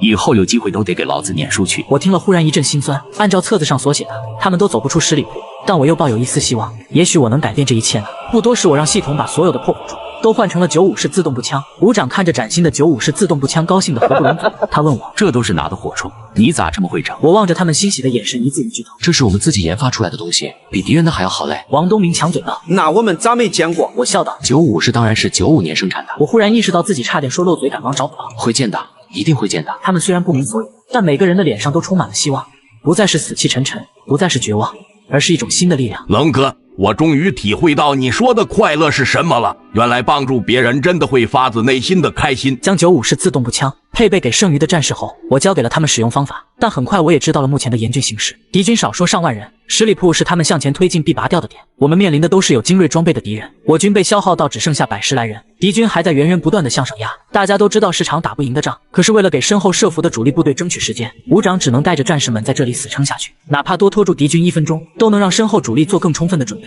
伍长打量了一下战士们，咬牙道：同志们都打起点精神，多杀一个是一个，杀一个我们够本，杀2个我们不亏。再说我们还有了星火虫，但是星火虫可不能让敌人拿到，咱们最后就是毁了它，也不能便宜了那帮孙子。忽然敌军发动了突袭，无数大口径炮弹朝着我们倾泻了下来。饶是我也心惊肉跳的躲在堡垒后。一波狂轰滥炸结束后，战士们拿着95式开始反攻。我身边的战士喃喃道：俺的个娘嘞，这东西也太神了，打小鬼子就跟割韭菜一样。伍长喊道：大家注意，千万不能轻敌。很快敌方放弃了传统的攻击，他们沉寂了一会后，我居然听到了一阵轰隆隆的声音，远处3辆敌军塔克缓缓向我们行驶过来。伍长急忙喊道：他娘的，不把狗娘养的指挥所干掉，这帮八嘎就跟蝗虫一样，源源不断的往上扑。二营长，你他娘的意大利炮呢？给我端个狗日的！二营长面露难色道：就剩1枚炮弹了，而且那目标太远了，早就超出射程范围了，能打掉我肯定早就给他端了呀。我着急呼唤系统：童子，这门大炮能换成什么？快帮我看看。系统着急的翻了半天，也没有找到合适的武器。系统忽然嘿嘿一笑道：要不咱给他们来一个大家伙试试？什么大家伙？你听说过东风特快专递吗？我激动道：这还有什么不行的？都东风导弹了，还不赶紧拿出来？好的，龙哥，马上给你安排。在童子的操作下，那门沾满泥巴的大炮变成了崭新的火箭发射车，齿轮声如同秒表的指针一般转动，发出清脆悦耳的声音。随后1枚导弹入膛，直总云霄。我突然犯了愁，可是这太高科技了，我也不会用啊。童子安慰道：没关系的，龙哥，你要打哪，我直接帮你把程序写好。我对着伍长说道：伍长，炮弹已升级完毕，指哪打哪，保证一发就中。您过来看看。伍长不可置信，一脸好奇。我不由分说的把他拉到发射台前，看着眼前这个陌生的庞然大物，伍长惊讶的嘴巴微张。片刻后，他激动大喊道：二营长，你们快来瞅瞅，看看这是个啥玩意！二营长看到眼前的导弹后，惊讶的合不拢嘴，感叹道：我的一个乖乖，这是个什么大炮？我清了清嗓子跟大家解释道：这个严格意义上来讲不是炮，它的名字叫导弹，我们现在就用它来打掉八嘎的营地。二营长摇摇头道：书生，一看你就天天纸上谈兵，没咋上过战场，哪有把炮口冲着天上打的呀？难不成你这大炮会拐弯？我自信道：您听过诸葛亮借东风吗？今天咱们借一把东风，炮弹就能转弯了。童子，接下来就看你的了。系统笑嘻嘻道：冷哥，你就瞧好吧。小飞棍来呢！霎时间，一道急速的火焰喷出，地面微微晃动一些，导弹升空直冲，消了气。轰隆一声巨响过后，白烟笼罩了对面的山头。待烟雾慢慢散去后，所有人都看见，刚刚还扎满膏药旗的指挥营帐变成了一片平地。山坡下正在向我们冲来的八嘎纷纷愣在原地，一脸茫然地看向身后，就连伍长他们也瞪大了眼睛。一时间鸦雀无声，直到二营长的声音颤抖着响起：这还真拐弯！气势汹汹的敌军因为营地被打掉，一时间群龙无首，也只能纷纷退兵。这时一阵欢呼雀跃声响起，战士们的眼中露出了希望的光芒。伍长激动地拍了拍我的肩膀：兄弟，不，以后就叫你小神仙了。刚才那个炮叫什么？怎么没有那么大的威力啊？它叫东风导弹。伍长大笑道：你小子还真现学现卖啊！这名字可不是我取的，是一位伟人取的。他曾说过，东风势必压倒西风，所以我们才给他取名叫东风导弹。伍长也逐渐收起了笑容，不住地端详着眼前的导弹，眼神中充满了一种向往。他不住地说着：真好，真好，压倒西风的东风啊，真是一个好名字。打扫完战场之后，日头逐渐沉了下去，血色的残阳染红了大地。伍长一个人站在山丘前，从怀里掏出一个竹筒，眯着眼睛，认真地观测着敌方的动向。见我到来，他抿了抿嘴唇，笑道：小神仙，你真的是上面派下来的吗？怎么感觉你像是老天派给我们的副将呢？我认真道：不瞒您说，这次我确实是带着任务来的。伍长听闻后严肃了起来：什么任务？我调整了一下呼吸，一字一句道：让你们活下去。伍长愣了一下，他以为我在开玩笑，把目光再次看向远处的战场。谁不想活呢？这山坡下面躺着无数我的弟兄，出征时候大伙把命早就给阎王了，你算是帮我们跟阎王赊了些时间。只要能争取到时间，老子回头二话不说就把这条命还给阎王，然后去陪我的弟兄了。看着伍长坚毅的神情，我的鼻子有一丝酸楚，不想再说这么沉重的话题。我拿起伍长手里的竹筒摆弄了起来。伍长打趣道：“怎么着，小神仙，这观测筒也能升级？”伍长一句话点醒了我，我一拍脑门道：“对呀，除了武器，不是还有配件吗？”我赶忙问童子：“这些配件你能换不？”龙哥，你看不起谁呢？想我堂堂万界超市系统的筒子，我啥搞不来？只有你想不到的，没有我搞不来的。东风快递我都能给你搞来，区一个望远镜而已，我直接给你一步到位，给你整一个红外夜视仪，带热感应那种。我激动道：“好。”你赶快整！我如同发现新大陆一般，把那些破烂的装备都收集起来，都丢给了系统。烧酒瓶换成火焰喷射器，伏火雷升级成火箭筒，连弩换成了加特林重机枪。可惜系统只能交换已有的武器，那个意大利大炮的最后一发炮弹已经备用了，不然东风导弹说什么也能再来几发。我抓紧时间教会了他们使用的方法，没想到这些新装备很快就发挥了作用。半夜我们就用红外夜视仪发现了抹黑爬上来想探底的敌人新战略。二营长架好喷射器，伍长用夜视仪给他指准了方位。二营长扣动扳机，一条火龙从火铳口奔涌而出，如同一头被封印着的饿狼，张开橘红滚烫的獠牙向敌人撕咬过去。几秒钟后，敌人惨绝人寰的尖叫声和哀嚎声划破声音，几个火人连滚带爬的从里面跑了出来，没坚持几步都纷纷倒了下去。看着眼前的景象，二营长瞪大眼睛转过了身，他一把揪住我的衣领，我有点害怕道：“二营长，你这是干什么？”二营长一字一顿道：“这憋屈仗打了这么多次，今天你太让老子过瘾了。”没人在见到了战争的残酷后还能无动于衷，鲜活的生命在下一秒就会消逝。我不知道我是否可以改变历史，让他们都活下去。敌军似乎被我们吓到了，接二连三的失败让他们安静了下来，放弃了主动出击。即便如此，我们也不敢松懈。不过有了系统给的红外线夜视仪，战士们可以轮班值守，再也不用不分昼夜的盯着了。晚上那些体力透支殆尽的战士们还是继续硬挺着坚守，很多人都接连几天没有合上眼睛休息，生怕一闭眼就再也醒不过来了。我从地铺上爬了起来，想出去散散心，正巧碰上值班的王东明，他似乎没有忧愁，手里捏着片叶子，叶子在他口中吹出了动听的声音。如果不是在这个世界，他应该是个背包上学的学生，也许是个爱打篮球的男孩，也可能是调皮捣蛋被找家长，天天问别人你相信光吗？我站在他背后，静静地听他吹着不明曲调的小曲儿，余光中发现他明亮的眼睛里湿润带着点泪光。一曲终了，王东明回头看见了我，叫道：“吓我一跳，你怎么出来了？是不是被他们鼾声吵得睡不着？”我坐在他的身边装作无意道：“你真厉害，还会用叶子哼曲儿，不过我怎么没听过这曲儿？”王东明低着头，飞快地擦了下眼睛：“嗨，这是我娘以前自己瞎编的。”我瞬间明了，看向这个不过10多岁的少年：“你刚刚是不是想你娘，想家了？”王东明低声道：“算球，我娘早就死了，家也没有了，还有啥子想不想嘞？”对不起。王东明摆摆手：“没啥子事，这年月各家不是都这样？那年狗日的鬼子把我们村都屠光了，他们见到人就杀，见到女娃娃就扒光他们的衣服，不愿意就直接剖肚子。我最后一眼见我娘的时候，她躺在地上已经不得行了，她就对我说了一个字跑，我就听她的，一直跑，那子弹就从我耳边飞过去，你知道吗？后来我就遇到了我们伍长，我一看见他雷军装，一下子就泄了气，因为我娘活着的时候说过，那些穿着灰色军装的，他们都是好人呐。”王东明眼睛望着一片漆黑的远方：“为啥子人活着那么难？我娘她啥子坏事都没得干过，他们也都没干过坏事，为啥子要杀他们？”少年的肩膀耸动着，他终于忍耐不住，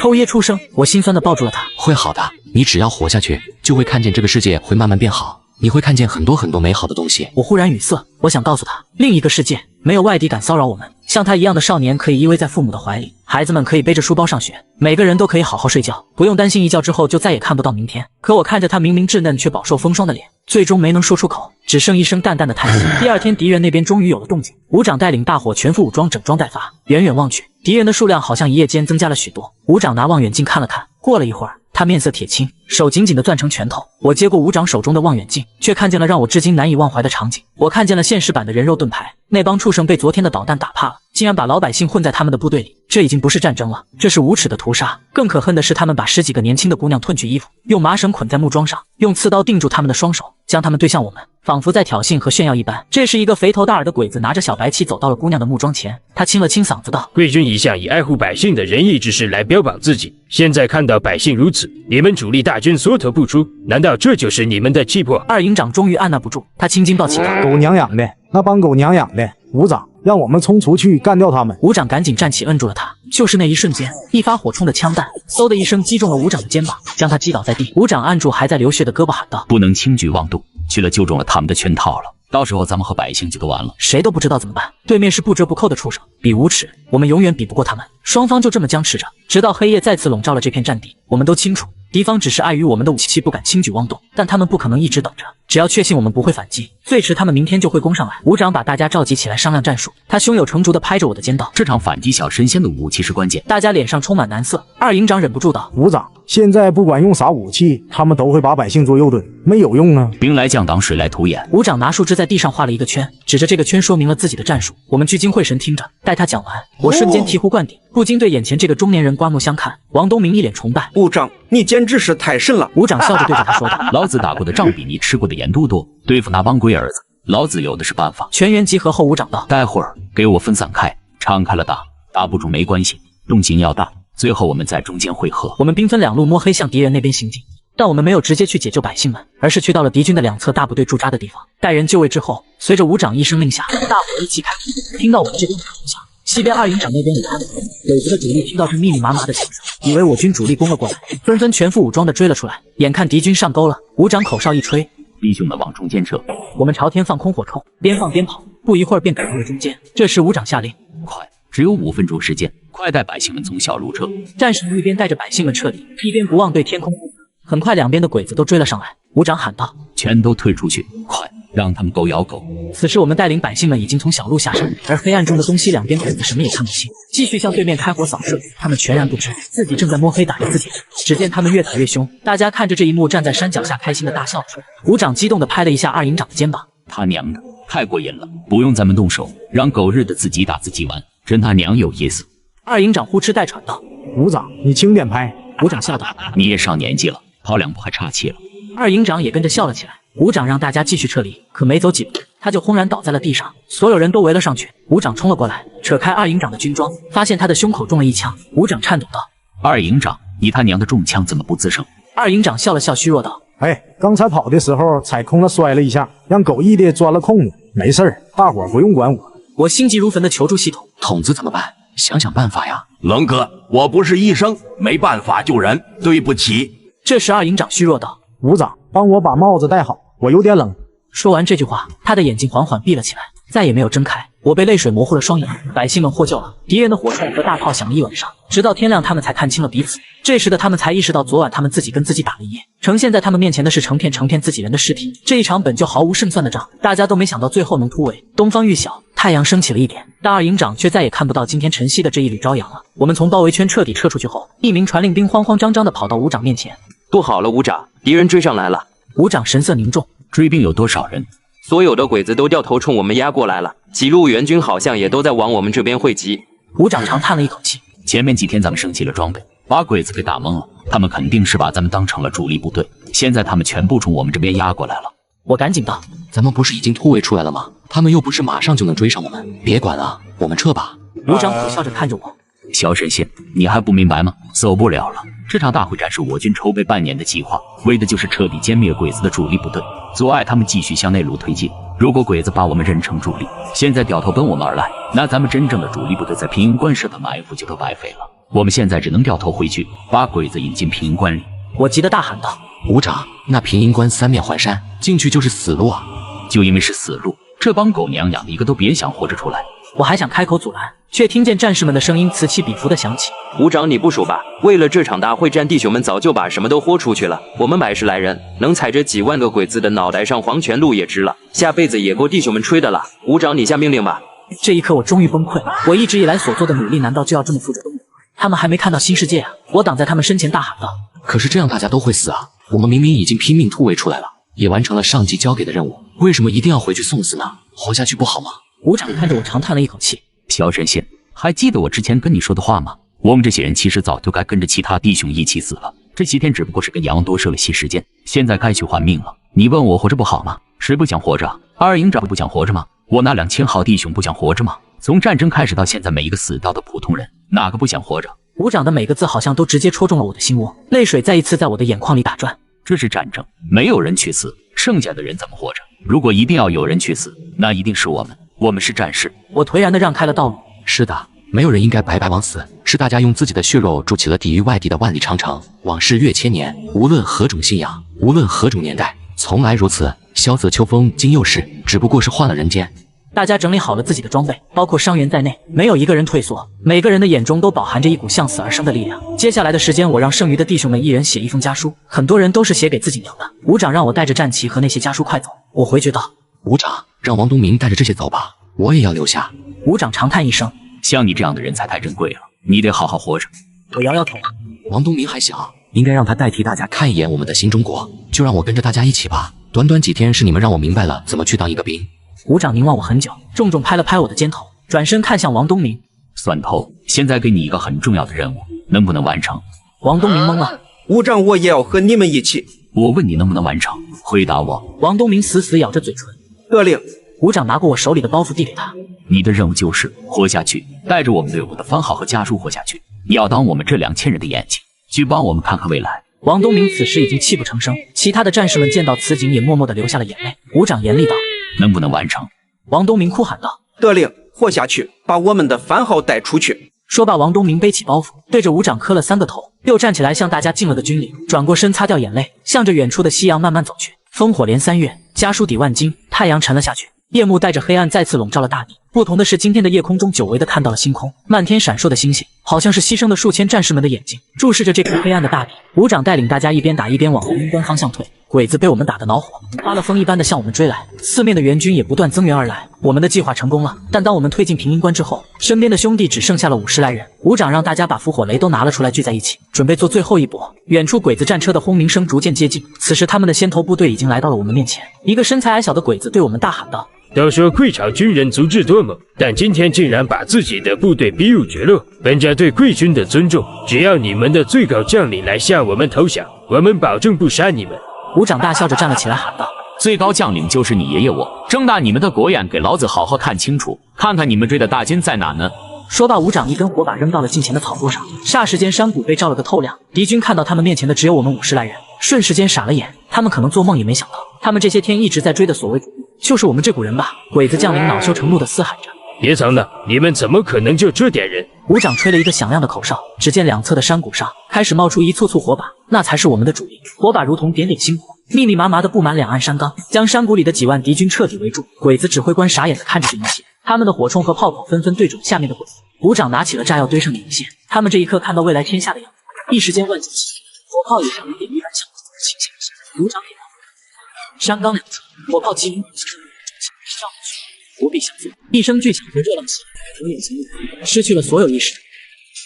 安宗凛冽中，我把超市开在了红军长征的必经之路上。可当我把煮好的泡面放到老班长手里时，他却拿着一张皱巴巴的欠条朝我跪了下来。风雪交加中，我带着一箱物资站在部队必经的路上，远处寒风呼啸，乌压压的人群在寒冷中艰难地行走着。我带着沉重的箱子朝大部队走去，到了跟前，他们警惕地看着我，不动声色地握紧手中的枪。一个个子高大、浑身破破烂烂的人站了出来。同志，你是哪个部分的？他的眼神看我就像是看敌人。毕竟荒山雪地里，忽然蹦出来个穿着整齐干净、提着一个箱子的人，怎么看都不像好人。我忙摆手示意，我是代表百姓给你们送东西的，不是敌军。显然他们并没有因此放松警惕。我打开箱子，里面是满满当当的泡面和白面馒头。他们没见过泡面，第一反应竟然是炸药。团长喊了一声：大家趴下，吃炸弹。他猛地扑在箱子上，尽力去用身体遮挡箱口。所有人匍匐在地上抱紧枪，然而爆炸声久久未响起。团长小心站起，面色迟疑地问我：你真的是百姓们派来的？我微微一笑，未来的百姓，我怕他们不信。我拿起一个馒头就塞进嘴里，等半个时辰，你就会相信我了。入夜了，战士们扎堆生了火，团长分发了馒头。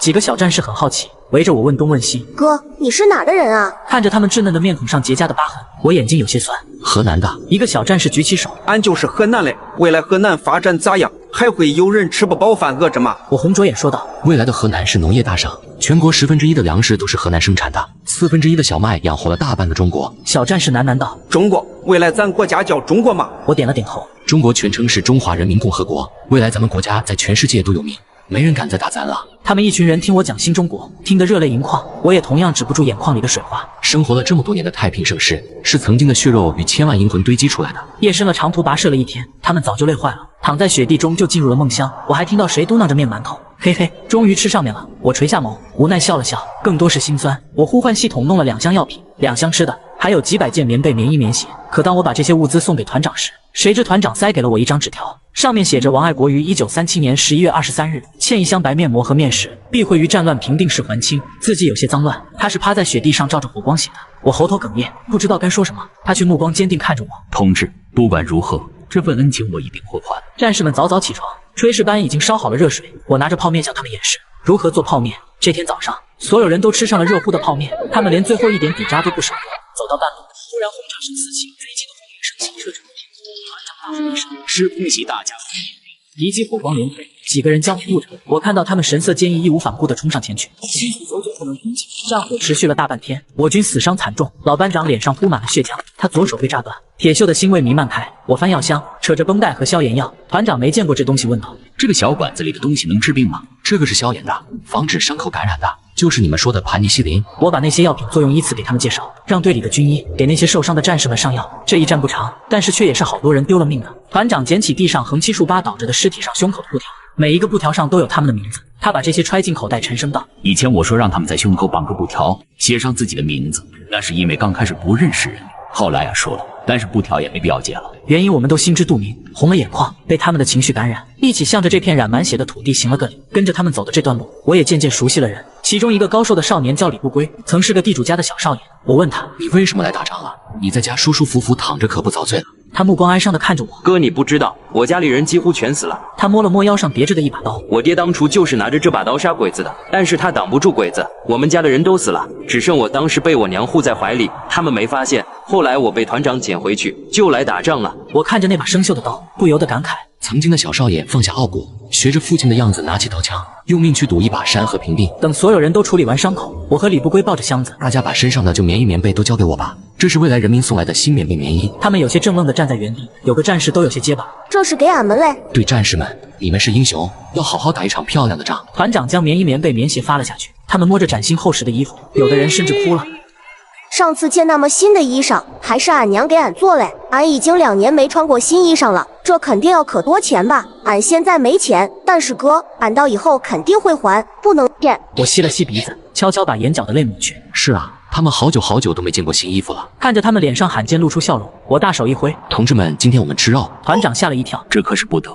现在这年头，我们知道肉可贵，而且这么多人。”我拍了拍团长的肩：“没事，这些肉都是从未来运来的，而且是新鲜的，让大家放开肚子吃，吃多少有多少。”我把篝火堆成个大的，战士们围了一圈。没过多久，一锅色泽棕油红亮、质地酥软、略带回甜的辣子鸡出锅。众人看着这锅辣子鸡，馋得口水都要冒出来了。大家每个人都能分到一碗，配着白面馒头。每个战士都吃饱喝足，有个战士吃着吃着就掉泪。这是俺以前想都不敢想的。过年是家里杀鸡，但我们人多，每个孩子只能夹1筷子。谁知道在这兵荒马乱的年月，我们能吃到满满1碗的肉，还能配着大白馍。他们狼吞虎咽，把碗里的渣都吃得不剩。我看见李不归悄悄抹眼泪，走过去摸了摸他的头：“李同志怎么哭了？”李不归看着我，眼泪掉得更凶了。我想家了，以前我生日家里也会有这道菜。家这个字，对于他们这些奔波硝烟与战场的人来说，是遥不可及的。我把剩余的物资都给团长介绍一遍。我买了自热米饭和自热火锅，这些就是加水就能吃得很方便。另一个箱子里是一些小零食，凤爪、薯片、卤鸡蛋、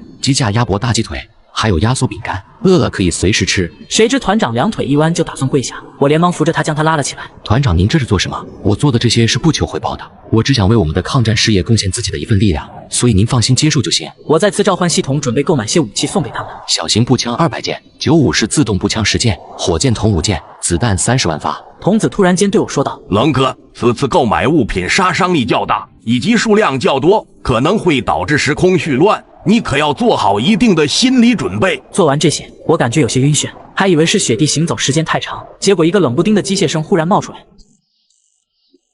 系统声音急躁：“冷哥，你刚才买了那么多东西，时空自动更改，我们得去1950年的朝鲜了。”我目光有些呆滞。1950年12月的抗美援朝中国人民志愿军2次战役。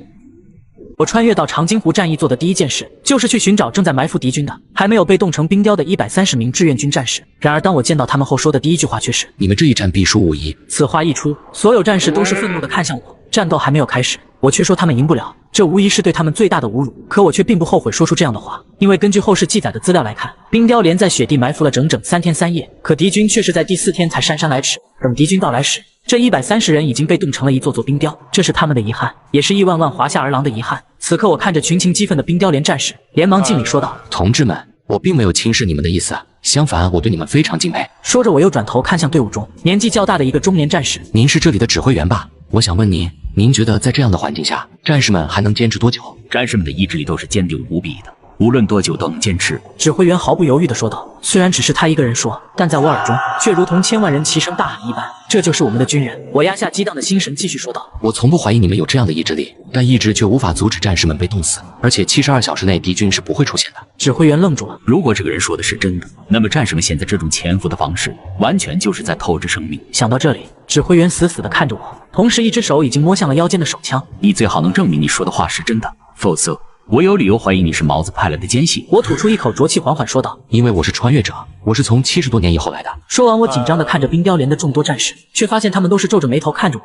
我这才反应过来，这时候还没有穿越这个词汇。我思索了片刻，继续解释：我知道这是听起来有些荒唐，可我说的都是真的。你的意思是不是说你不是我们这个时代的人，而是从未来回来的？就像你说的，你来自于70多年以后。一名小战士若有所思地说道：对，就是这个意思。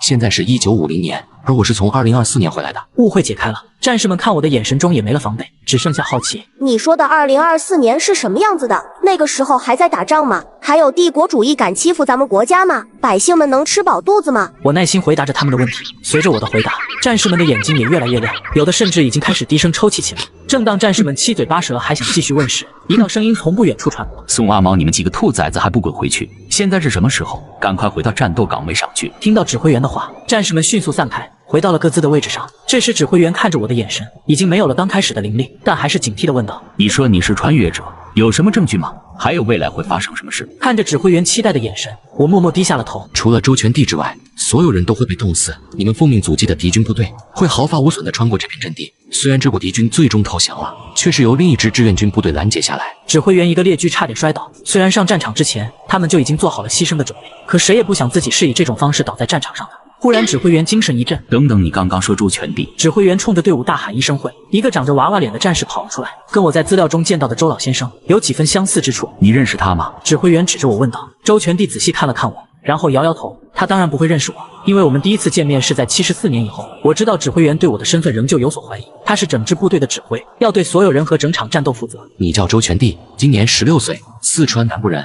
你在部队里跟班长的关系最好，他刚结婚不久，对吧？你们私下里甚至还说过，谁能活下去，就要替其他战友照顾家人。我看着周全帝说道。周全帝一脸愕然：你是怎么知道嘞？因为在未来我们见过面，而且交谈过这件事。你是这里唯一幸存下来的战士，但是很不幸，你的双手双脚因为冻伤严重被截肢了。在这之后的70多年中，你拖着伤残的身躯，一直没有放弃寻找班长的遗孀。我冲他点点头，微笑着说道。回想起那个浑身散发着杀伐果断气势的周老先生，再看看眼前的周全帝，竟然莫名觉得有些可爱。看着指挥员略带疑惑的眼神，我又将那首感动后世无数人的绝命诗背了出来。我爱亲人和祖国，更爱我的荣誉。我是一名光荣的志愿军战士，冰雪啊，我绝不屈服于你，哪怕是冻死，我也要高傲地耸立在我的阵地上。刚刚离去的宋阿毛大叫一声：你怎么知道这首诗？这是我今天刚写出来的，别人都不知道。宋阿毛说着，从口袋里掏出一张纸条，上面写的正是那首绝命诗。事实胜于雄辩，不需要我再多做什么解释。所有人都相信了我穿越者的身份。看着众人，我的心情渐渐激动起来。如果我没穿越过来，那历史还会按照原来的轨迹发展下去。可我既然来了，就绝对不能让悲剧重演。冰雕连是一段可歌可泣的故事，它反映出了志愿军战士们难能可贵的品质和坚韧不拔的意志。但不可否认的是，冰雕连其实也是个悲剧，而我就是要阻止悲剧。你打算怎么做？彻底相信了我的身份后，指挥员的态度好了许多，起码说话的语气也不像之前那么生硬。根据资料上的记载，你们奉命阻击的敌军兵力在1个团左右，他们最快也要等到后天天亮后才会抵达这里。我觉得在这之前，你们不用潜伏在雪地里，这样对战士们的身体损伤实在太大。军事上的事情我不懂，领兵作战是您擅长的，我只是希望等到战斗结束后，大家还能完完整整的站在这。我只是一个穿越过来的人，而不是一个横跨时空的神。我改变不了世界格局，也改变不了当下的战局，就只能借穿越者这一点点小优势，尽可能的挽救眼前战士的生命。指挥员心动了，他们是为了国家，可以抛头颅洒热血的军人，但也是活生生的人。如果能活着赢得战斗，又有谁愿意付出生命的代价？指挥员下令，全体都有，大家可以起来适当的活动一下，以免冻伤，保存好体力，准备接下来的战斗。但是为了避免暴露目标，活动的范围和力度都很小。最主要的是，战士们可以利用这段时间补充体力，养足精神，以最好的状态来迎战。相比起动辄炮火连天的战场，这里倒是宁静了许多。战士们或蹲或坐，吃着冻成了冰坨的土豆。指挥员递给我一个土豆，我咬了一小口，细细咀嚼，冰凉涩口，还有点发麻。我这才发现土豆竟然是生的。我低头看着咬了一口的土豆，眼泪一滴一滴落了下来。他们为了保护百姓，为了抵御国土不被侵略，在这种艰苦的环境下，吃着难以下咽的食物，却没有丝毫的怨言，甚至还对未来充满了希望。书面上的文字只能记载当时的惨烈，可当我身临其境，真正融入到这个团体当中的时候，才切身感受到了他们的伟大。见我落泪，指挥员有些慌乱，情急之下扭头冲旁边的战士问：“你们是有炒面？”一个小战士就跑了过来，从怀里掏出一个小纸包递给我。炒面很香的。小战士脸上有着憨厚的笑容，纸包大小跟火柴盒差不多，打开后里边是一小撮发黄的炒面。我捏起一点炒面放进了嘴里，没有一点味道，就像干面粉一样。这样的东西放在后世，恐怕没有人会在意吧。可是对于这些战士们来说，却是难得甚至舍不得吃的美味。要是放在21世纪的这个年纪，正是吃喝玩乐的时候，可他们却承担起了国家与民族的重任。你们的血没有白流，你们的付出将会被永世铭记。就算再过千年万年，你们的名字也会被刻在丰碑上。我激动地说道。时间一闪而逝，战斗即将开始。天一亮，我明显感觉到了气氛的紧张。战士们一遍遍检查着自己的武器，指挥员也在和其他几个年纪较大的战士低声商议着作战计划。军事上的事我不懂，不敢随意插嘴。这时，指挥员看向我说道：“我派2个战士护送你到安全的地方。”我摇了摇头，朝着指挥员敬了一个军礼。我不走，我要和你们在一起。多一个人就多一份力量。你们是前辈，为了国家抛头颅洒热血；我是晚辈，理应接过你们手里的枪。指挥员感受到了我的决心，也不再多说。好，从现在开始，你便入我部序列，全体都有，准备战斗。我和其他战士们一样匍匐在雪地。指挥员虽然批准我参加战斗，但对我还是比较照顾的，把我安排到了靠后的队列，负责帮伤员包扎和补充弹药。对于这个安排我没有异议，我没有参加过战斗，就算给我一把枪，我都不知道怎么用。能够参与其中，能够贡献一份力量，我已经很知足了。时间1分1秒过去，前方传来的信号，等待的敌人终于到，我的身体不由自主地颤抖起来。一大片敌军密密麻麻地朝这边走来，每个战士都屏气凝神，只等敌人靠近，就会给他们致命一击。我手边放着3个箱子，一个医药箱，2个弹药箱。我在脑海中一遍遍演练，如何给伤员包扎，如何给没有子弹的战士运送弹药。枪声响了，密集的弹雨压得我抬不起头，耳边能够清晰地听到子弹划过的声音，惨叫声，各种声音不绝于耳。真实的战斗比屏幕上所展现出来的更加震撼。在生与死之间，我第一次感觉到了恐惧。子弹，子弹！前方有战士喊道。我2手被抓起一个子弹包，循着声音的方向爬过去。我以为自己会害怕，可那一刻，整个人的思想都已变得通明，害怕、恐惧全都消失不见，满脑子只有一个念头，那就是快点把子弹送过去。子弹很快送到了需要的战士手里。我的第一个任务完成了，送完子弹，我准备返回自己的阵地。因为没有经验的缘故，我起身反转的幅度有些大，一个战士飞扑到我身上，把我压了下去。与此同时，他的肩头也中了一枪，伴着一团血雾在我眼前炸开。我心里一惊，如果不是他，我已经被击中了。你怎么样？我掏出绷带帮他包扎伤口。我没事还能战斗。战士不等包扎完，就把我向后一推，拿起枪重新加入战斗。整场战斗持续了近20分钟，最终落下了帷幕。敌人投降了，一个团的敌军在志愿军一个连的阻击下，最终选择了放下枪投降。在清点俘虏的时候，我听到了敌军指挥官的抱怨：这帮中国人简直就是一帮疯子，根本不畏惧死亡。一个人倒下了，另一个又冲了过来，这仗还怎么打？他在抱怨他的国家，认为参加这场战争就是个错误，因为他们从未见过如此顽强并且不要命的对手。他在感叹：这支队伍不是人可以战胜的，最高大的神也无法战胜。我对他说道。敌军指挥官怔怔地看着我，最后重重地点点头：是的，你们是无法战胜的对手。战争就意味着死亡，这一点是无法避免的。尽管我一直希望自己的出现会改变这场战斗，可有些客观因素是无法改变的。战斗结束，129名冰雕连战士牺牲了47人。虽然我心里很不好受，但也明白这是最好的结果。毕竟还有82名战士活了下来。战士脸上洋溢着胜利的喜悦，打扫战场，押解俘虏。很快他们就要投入到新的战斗中去。看着整齐排列在一起的烈士遗体，冲着他们深鞠一躬。起身时，我忽然看到一名烈士脸颊还沾着血迹，伸手想替他擦干净。可当我的手触碰到烈士的遗体时，一股熟悉的感觉袭遍全身。对不起，我不能和你们一起并肩战斗了。指挥员同志，你多保重。亲爱的战友们，你们多保重。我只来得及留下这几句话，整个人就消失在了原地。胜利是属于我们的，这是我没来得及说完的一句话。等我环顾四周，发现自己已经出现在家中的房间，而电视上正是冰雕连全体匍匐在雪地中的景象。每一张面孔对于我来说都是那么的熟悉。我颤抖地伸出手想要抚摸他们的脸，可是却什么也没有摸到，这只是电视中的画面。正是有了他们的牺牲，勇往直前，才换来我们如今美好的生活。他们是最可爱的人。我带着2箱茅台穿越抗战时期，当指导员看到满地的物资时，却被饿晕了过去。我的家连接着抗战时期的一间旧瓦房，瓦房内王指导员满脸错愕看着突然出现的我，好半天才回过神来。你刚刚说你来自80年后？我点了点头。没错，我确实来自80年后的2024年。我看出来他似乎有点不信，我便把随身的东西拿出来展示。你看，这是我们那时候的纸币，上面印着领导人的头像，这个叫手机，我们那时候人手一台。另外还有，看到我拿出来的种种稀罕玩意，指导员整个人都呆住了。100元纸币上印着的头像，更是让他瞪大了眼睛，话都说不利索了。那个纸上印着的那不是我们的。他似乎是意识到情况非同寻常，正想问我更多的问题。就在这时，一名带着红十字袖标的卫生员匆匆跑了过来，满脸急迫。我好了，知道员，俺们的要用完了。王指导员脸色一变，你说啥？药用完了，咱们之前不是刚从敌人那里缴获了一批药品吗？卫生员叹了口气，没办法，咱们队伍里的伤员太多了，那点根本不够用。指导员，快想想办法吧！好几十个伤员都等着要嘞，尤其是大哥刘，他腿上的伤一直都没好，这回都开始发烧说胡话了。大夫说再不治就得砍掉，还有二柱子，伤口都生蛆了，要是再没有药，他们估计都得……说到这里，卫生员急得直跺脚，王指导员也眉头紧皱，周围到处都是敌人，这一时间该上哪去弄药？这时我举起了手，那个你们缺药是吧？我应该可以帮你们弄到。他们齐齐望向了我。你真的能弄来药品？王指导员试探性地问道。我认真的点了点头，没有迟疑。他立即看向卫生员。小冯，我们现在急需哪些药品？被称作小冯的卫生员先是一愣，随后便汇报起来。我们需要止血消炎药，比如万应白宝丹、酒精，还得有干净的纱布。另外有几个同志伤口感染得了败血症，得用黄楠才行。王指导员将药品清单写在纸条上递了过来。这些你能弄来吗？如果能弄来，我们可以给你大洋，或者别的也行。只要你有要求，我们都会尽量满足。我摆了摆手，钱不钱的无所谓，我先帮你们把药弄过来。王指导员点点头，继续问道：“你准备怎么把药运过来？如果有需要，我们可以派人接应。”我嘿嘿一笑：“不必了，山人自有妙计。”我转身眨眼间就消失在他们的视线中，二人顿时瞪大了眼睛。娘咧，大白天的活见鬼了！回到现实后，看到手里拿着的那张纸条，我不由得激动起来。不久前发掘出了一批红色部队先烈的遗骸，这些人当年为了掩护大部队撤离，在缺乏物资装备的情况下，主动留下阻击敌人。自那之后，他们便杳无音讯。没想到今天我又见到了他们。得益于国家医药工业的发达，当年价比黄金的药品，此时已经接近白菜价。没花多少功夫，我就采购齐了整整一背包的药品，另外还买了2箱62度的二锅头。在战争年代，高度白酒同样珍贵，不仅可以消毒镇痛，而且能够当作燃料。带着这一背包的物资，回到了那间破瓦房。虽然他们又被吓了一跳，但是当看到我带回来的那一背包东西时，他们俩的眼睛都闪烁着光芒。这么多药，能救多少人的命啊！好一会，王指导员才回过神，连忙招呼小冯：“快把这些药品送到李大夫那去，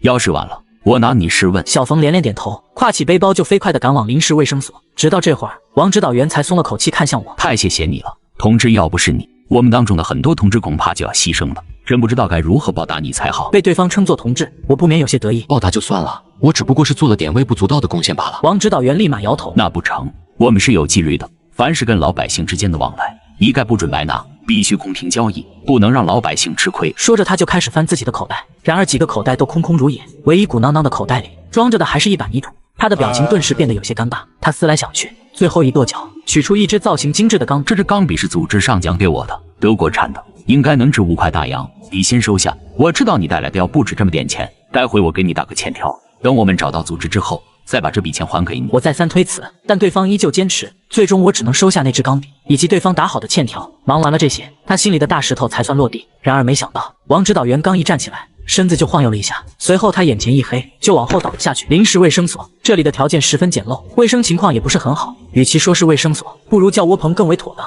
很多伤员的伤口已经溃烂，散发出难闻的味道。即便如此，他们依旧咬紧了牙关，不曾发出一声哀嚎。李大夫看着大个刘溃烂的伤口，垂头丧气。大个刘刚刚才退烧，整个人虚弱得很，然而看起来却乐观得多，反倒安慰起李大夫：“李大夫没事，刚刚俺不是挺过来了吗？俺命大得很，就算没挺过来，俺也不怪你。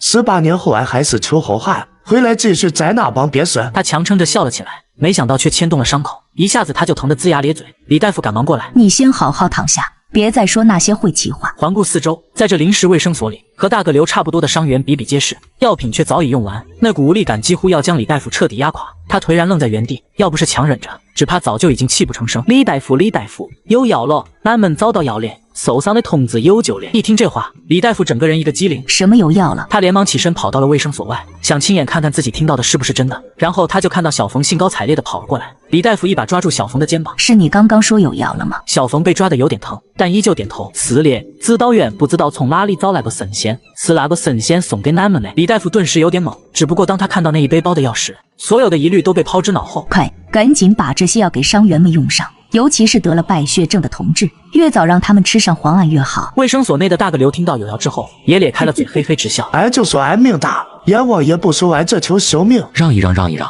王指导员晕倒了，快让李大夫来给他看看。李大夫一看到王指导员被抬过来，立马给他做起了诊断。坏了，他这是饿晕了。李大夫似乎又想到了什么，连忙去翻王指导员的口袋，结果却只从口袋里掏出一把泥土。这个老王简直是胡闹，为了把口粮都让给伤员，居然骗我们说他有红薯干吃。他娘的，这哪里是红薯干，就是一把土啊！看起来文文静静的李大夫，少见的爆出了粗口。我想起来之前王指导员掏出那捧泥土后，又小心翼翼地放回去的样子，一开始我还不知道他为何要这么做，直到现在我才明白，是不是只要给他吃点东西就能救他？我急切地询问。话是这么说，但眼下我们身处敌占区，四面八方都被敌人给封锁了。敌人严查百姓给我们运物资，尤其是粮食和盐，抓到就枪毙，要想找吃的很难。营地里已经接近断粮好几天了。那你们是怎么撑到现在的？没办法，我们只好先挖山上的野菜和草根来吃，但那么一点根本不够所有人吃，因为缺吃的，营地里已经牺牲了好些同志，我们甚至都没力气挖坑给他们埋了，只能拿张草卷给盖上。前2天，有个16岁的小同志饿得没力气了，外出侦查的时候掉进了山沟沟里。说着说着，李大夫就说不下去了，只能无奈地摇头。这时我才察觉到他们的脸色都很差，看起来已经饿了很久。于是我自告奋勇：“你们需要吃的是吧？我可以弄的。”你能弄来吃的？李大夫有些不敢相信。对，而且能弄来不少。可是这附近都是敌人，你怎么把东西运过来？要是不小心被抓到，那可是要直接枪毙的。放心，我有办法，敌人抓不到我的。说完，我在他们的惊愕声中再次消失在了原地。我返回了现代。老板，你家驴肉火烧多少钱一个？10块钱一个，一次买仨算你27。那我一次买100个，你还能再便宜点吗？小伙子，你一次买这么多干嘛？吃得完吗？关注我的粉丝那么多，我打算多买点给他们吃，我多买点。好嘞，算你8块钱一个。不过你这一次性要的量太多，我得额外现做，要稍微等会儿。没关系，我过一会儿再来拿。订好了驴肉火烧，我又跑去买了几罐奶粉和几大瓶葡萄糖溶液。王指导员现在处于昏迷状态，没法吃固体食物，所以只能给他先用葡萄糖应急。伤员们也需要更好的营养补充。带着一背包的东西，我回到了旧瓦房。这些都是你弄来的？看着那一整箱的驴肉火烧，李大夫等人眼睛都直了。光是烘烤的脆香的火烧就足以让人食指大动，更别提里边居然还夹着肉。几名围着的小同志不由得咽了口唾沫，闻着那股子香味，就连伤员们也都来了精神。李大夫，你们在弄啥好吃的？我还是头一回闻见这么香的味道，都流口水了。李大夫这才回过神，握着我的手连声道谢。我赶忙拦住了他：“先别谢了，把这些吃的分给同志们吧。那几罐是奶粉，给伤员补充营养的。对了，这几瓶是葡萄糖溶液，赶快找人给王指导员喂下去，应该能让他醒过来。”李大夫连忙招呼人：“大家先拿出20个火烧泡水做成汤，另一部分储存起来以后再吃。”没过多久，烧饼汤的香气便弥漫在连队驻地。虽说每个人分到的只有1碗汤，但那暖洋洋的感觉让每个人的心里都重新燃起了希望。不久后，王指导员悠悠地醒了过来。看到他醒过来，李大夫等人激动不已。太好了，王指导员醒了。我这是……王指导员还有点茫然，接着他就闻到了一阵香味，定睛一看，其他人正喝着热气腾腾的烧饼汤。这烧饼汤是从哪里来的？你们该不会已经跟敌人……李大夫连忙拉过我：“没有那种事，这驴肉火烧是这位老乡带过来的。”“对的，是这位老乡带过来的。要不是他，王指导员，你恐怕这会已经成烈士了。”两人解释了一番，王指导员这才松了口气，看向了我：“谢谢你啊，同志，没想到你又帮了我们这么大的忙，我们欠你的实在是太多了，真不知道该如何报答才好。你先好好休息，有什么话等有力气了再说。”过了2天，王指导员的精神头就恢复了不少，已经可以自行活动。他一有了精神，便再次写了一张欠条给我。我本想推辞，却被他堵了回来：“收下吧，要不是你，我们连队都不知道能不能挨得过这2天。只可惜我们现在条件确实不行，没法直接把钱给你。这张欠条算是我们最后的底线了，希望你不要推辞，不然组织上知道了可是要批评我的。”于是我才收下了那张欠条。这时他问起我之前说的那番话的意思：“你真的是来自80年后的人？”“当然，如假包换。”王指导员刚想开口，却又有些害怕似的犹豫起来。过了会，他深吸一口气，似乎是下定了决心：“我想问你一个问题，这次战争我们最后胜利了吗？”“当然胜利了，还建立了一个伟大的国家。这个国家虽然起步很晚，但发展速度极快，虽然中间也走了些弯路，但最后也都能回到正轨上来。最重要的是，它让绝大多数的人民都可以吃饱穿暖，不用再受到战争与饥荒的威胁。”他愣了一会，旋即有些兴奋：“真的，你没有骗我？”“当然是真的了，要是不信，我可以给你看看。”说着，我拿出了自己的手机，给他播放了国庆阅兵的视频，让他看到了盛世的中国军人以及各种先进的武器装备。他开心的像个小孩子一样。没想到我们国家以后会这么强大，我们坚持的路线果然是正确的。要不我带你一起去现代，看看祖国的大好河山？还是不去了吧？为什么不去啊？你那边的生活确实挺好的，知道这一点我就已经知足了。这边的同志们还需要我，我不能抛下他们。对于他的决定，我表示了尊重。不过他也没有把话说死，而是和我约定了一件事：等到我们最终胜利了，我就去找你姥姥科去叙旧，到时候你再带我看看祖国的大好河山。几天后，半山腰处，王指导员正和我一边找着野菜一边闲聊着。按他的话说，他们总不能一直只靠老乡的支援过活，自己也得行动起来。毕竟俗话说得好，自己动手丰衣足食嘛。于是他便带头去挖野菜，而我则是主动提出可以帮他的忙。他笑着说道：“许同志，不是我不想让你来帮忙，是这野菜需要大量的经验才能辨认出是否有毒。我之前跟着大部队转移的时候，尝过不少野菜和野草，这才知道哪些能吃，哪些不能吃。要是没吃过的人，可不一定能认出来。”听到这话，我掏出了手机，打开了扫一扫。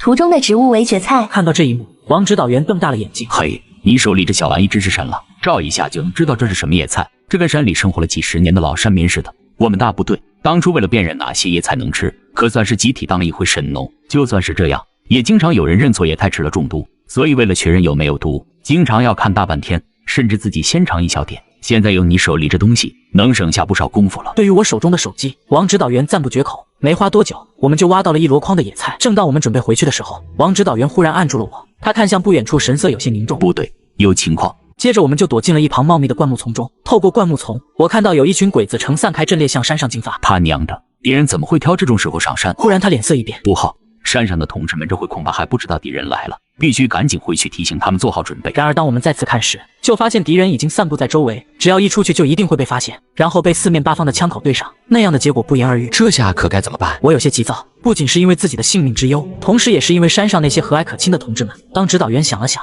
抓着我的肩膀说：“待会我会冲出去吸引他们的注意力，你赶紧跑上山通知其他同志。”可是敌人来了，你怎么办？别管我，保住更多的同志要紧。他刚准备往外走，忽然又转头看向我。对了，你不是80年后来的人吗？有个问题我一直想问你，我也不知道能不能活着回去，你就跟我说实话吧。我们连队最终成功走出去了吗？我愣了一会，支吾的回答：“你们最后成功和组织会合了。”他笑了起来：“这是真的。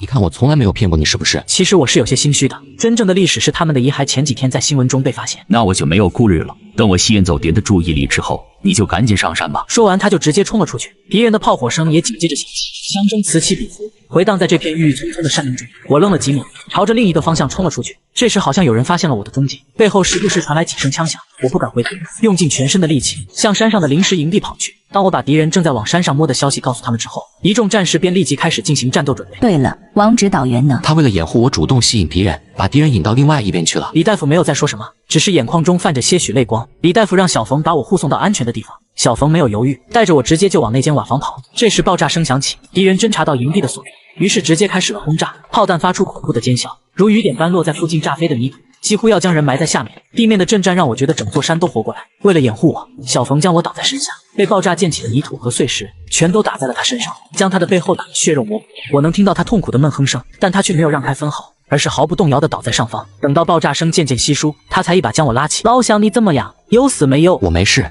只是被震得有些发懵而已。他点了点头，没有管自己的背后的伤，而是迅速把我带到旧瓦房里。老乡，待会敌人就要摸上来了，我还要去帮李大夫抢救伤员，你先在这里躲躲，等打完了你再出来。我连忙点头，不知是不是敌人已经打到了近前，忽然一枚手榴弹拖着长长的尾烟，穿破纸糊的窗户丢了进来。小冯一下子把我推开，他抓起了那枚手榴弹就跑了出去，伴随着猛烈的爆炸声，我也闭上了双眼。当我再次睁开眼，我发现我已经回到了现代。回想着之前发生的一切，给我的感觉就如梦境一般。然而一身的泥土，还有那尚未散尽的硝烟味，却又告诉我，之前的一切并非虚假。那这么说，他们最终还是……我闭上了眼睛，眼前全都是他们的样貌。我百无聊赖地掏出手机，却看到手机上的一则新闻采访：跟随革命老兵一起重游战斗遗址。一听到革命先烈这4个字，我就不由得心一揪，再次回想起了王指导员他们的样子。我叹了口气，却又忽然反应过来，等等，之前的新闻不是官方发掘革命先烈遗骸吗？怎么变成了跟随革命老兵重游战斗遗址？在节目中接受主要采访的是一位老人，看着视频中那熟悉的面孔，我几乎不敢相信自己的眼睛，那正是王指导员。他少了一只手，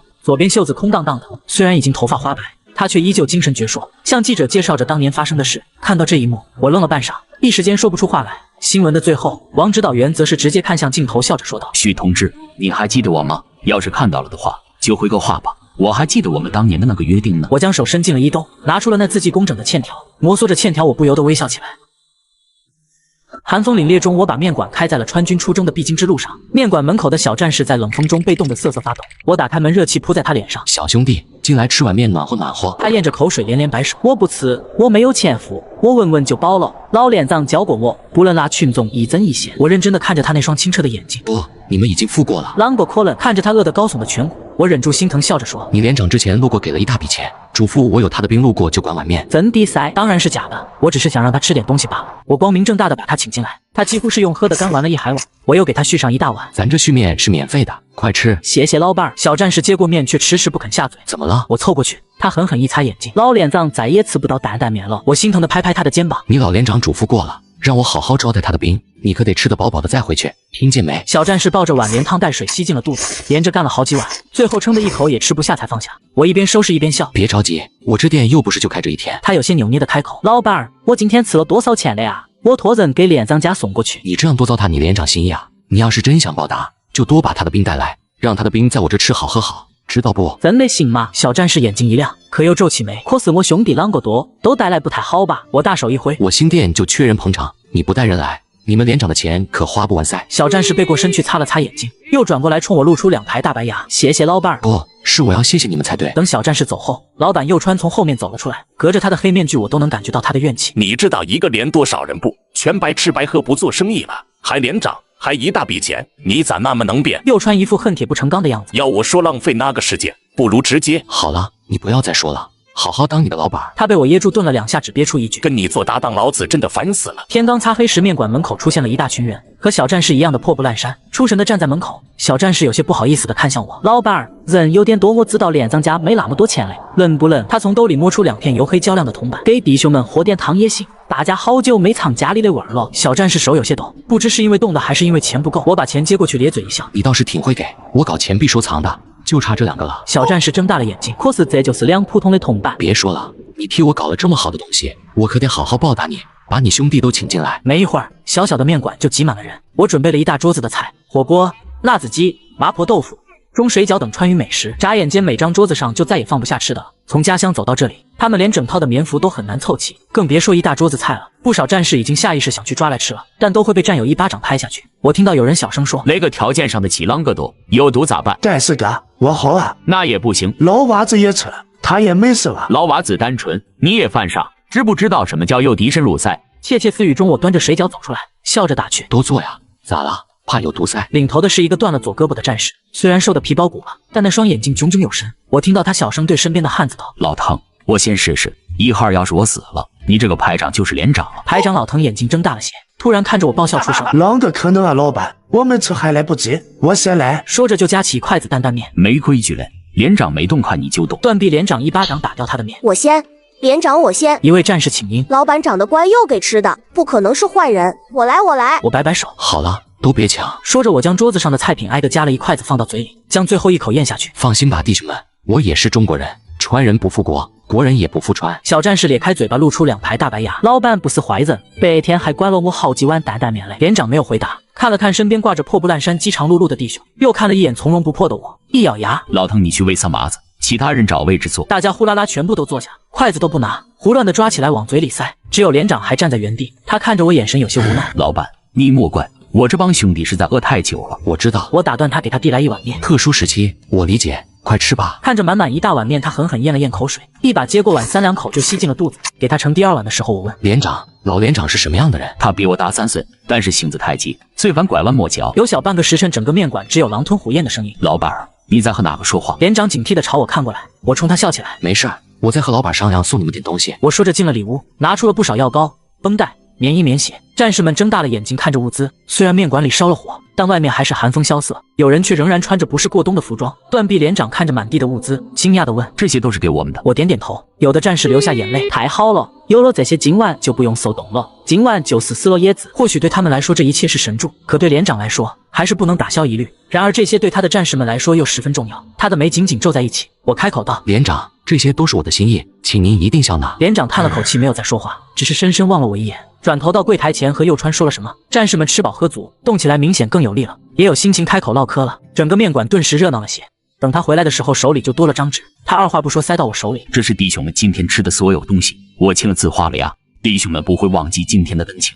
等胜利了，弟兄们做牛做马也会还上的。我没有拒绝，而是郑重地将其保存了起来。我在每张桌上都放了热茶，听他们摆起龙门阵。我看他们手中卷了刃的砍刀和粗糙的土枪杆子，我忍不住问：你们就拿这些打吗？老滕回过头道：我给你讲，老板，功夫再高也怕砍刀，离得远了弟兄们是吃亏，但只要近了身，没鬼子能挨过老子一。其他战士也开口了：子弹打不死老子嘞，老子一刀要他们狗命。看上去是2个军团的交锋，实则多是以肉身对抗钢铁来博取一个近身的可能。我转过身去擦眼镜，一只手就拍了拍我的肩膀。小战士冲我露出2排大白牙：老板儿，你不用担心我们保护不了你们，我们虽然装备破了点，但我们就算都死了，尸体堆成山，也会横在鬼子和面馆中间，让鬼子踏不来一步。老阿子说的不错，老汉是教书的，就是不一样，说话都有调调。我愣了愣，你老汉是教书的？小战士腼腆的点点头。是嘞，全村娃娃都是我老汉教的，等我回去了，我也教书。柜台后传来一声叹息，我回头看去，右川的面具下看不出表情。你会回家的，你们都会回家的。是嘞，我们都会回家嘞，我们还要回家巴适的打麻将嘞。他的话立刻引来回应。是嘞，打退鬼子，弟兄们回家巴适的打麻将嘞。一声巨大的炮轰声冲入云霄，欢笑声戛然而止，所有人站了起来。他们迅速开始准备战斗。右川看着他们消失的背影，对我说道：“你这样做有意义吗？”我望着战士们消失的地方，含泪微笑。老搭档，很多事情你不记得了，等你想起来，你会明白的。我听着远处枪炮声响一夜。第二天，门口的小战士依旧站在面馆门口洗脑自己。蕾丝担担面，蕾丝担担面。我端着碗往门口一站，小兄弟，进来吧。你老连长给了笔钱，嘱咐路过的宾馆碗面。我弟兄也可以来嘛，老板儿，那个我弟兄有点多。我摆摆手，都带来。你老连长在我这里可是留了一大笔钱呢。昨日的情景再次浮现，等他再次出现在面馆门口时，已由昨天的100多人变成了20-30人。我依旧把他们请到面馆里面，让他们吃大餐。有的战士伸出手想要抓桌子上的食物，依旧被战友打了回来。咋的？好好的汉子还怕起来了？都看着，我给你们示范。连长，我还有个弟弟，我来，你凑啥热闹嘛？我家里没人了，不差我这一个了。弟兄们，放心吃吧，大家都是中国人，我不会害你们嘞。哎呀，老板都误会咱了，大家快吃，大半年都没吃川味了吧？20-30个人很快只剩下了吞咽声，在所有埋头吃饭的人里，只有一个人没有动筷子。我走到小战士身边，弯下腰：“小兄弟，不合胃口吗？”小战士好像没听到我说话，双目盯着前方，撕了，呢喃声断断续续从他嘴里出来。我凑近了点，巴掌在小战士眼前晃了又晃。小兄弟，你说什么死了？这时小战士如梦初醒，我瞎说嘞，随后便埋头在碗里，加入了一大波吸溜声中。只是我看得见，他抱着碗的手难以抑制地颤抖着。今天面馆没那么热闹了，就算战士们吃饱喝足，也没有昨晚那种兴致。我主动开口：“连长，你们一个连咋就这点人？”连长脸上有一瞬怔愣，其他人啊，都回家去了，都死了。不，死的是那些狗日嘞！身后突然传来咬牙切齿的声音。我回头有些惊讶地看着小战士，他双拳紧握，死死盯着前方。死的是他们，他们也该死！了不得，我还是头回听老阿子骂人。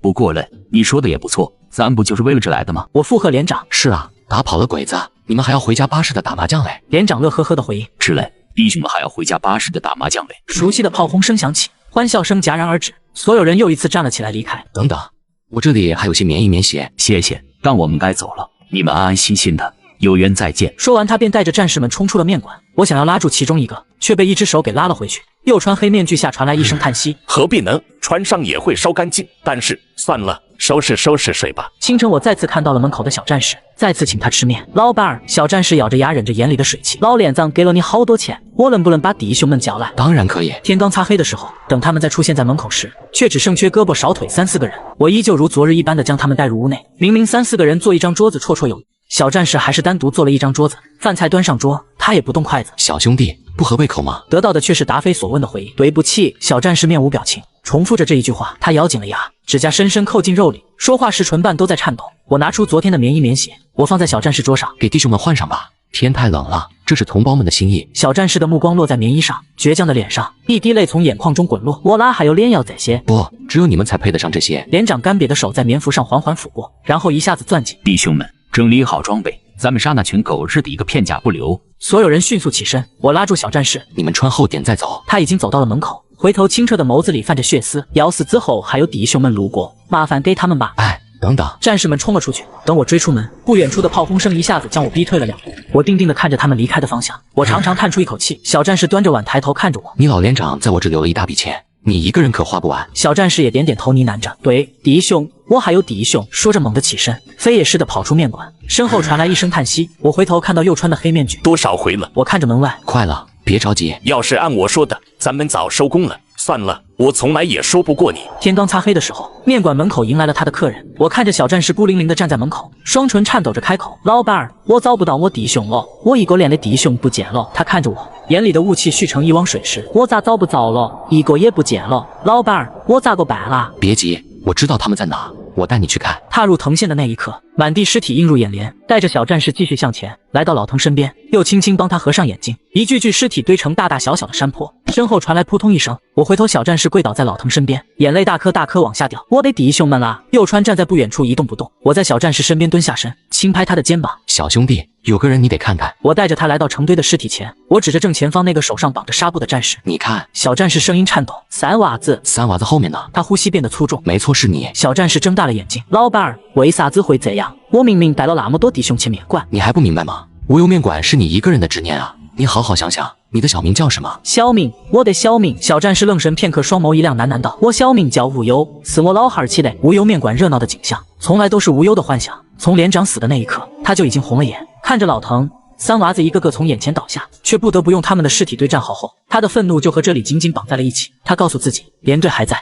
自己也在，战地没有失守。于是每到炮轰声响起，他便重复着死去的那晚。然而历史不能改写，唯有恨意难平。他不可避免地看着战友一个个倒下，从连长开始到三娃子，直到最后孤身一人。他的确逃避了，但逃避的是只剩自己的事实，让滔天悲愤化为另一轮幻想。于是第二天，战友似乎又回到了身边，重复着另一次轮回。我拍拍小战士的肩，你一直待在这里，会找不到回去的路的。跟我走吧，我带你们回家。不行，我不能走，我没守住，我咋个回去？鬼子不打跑，我是不会走的。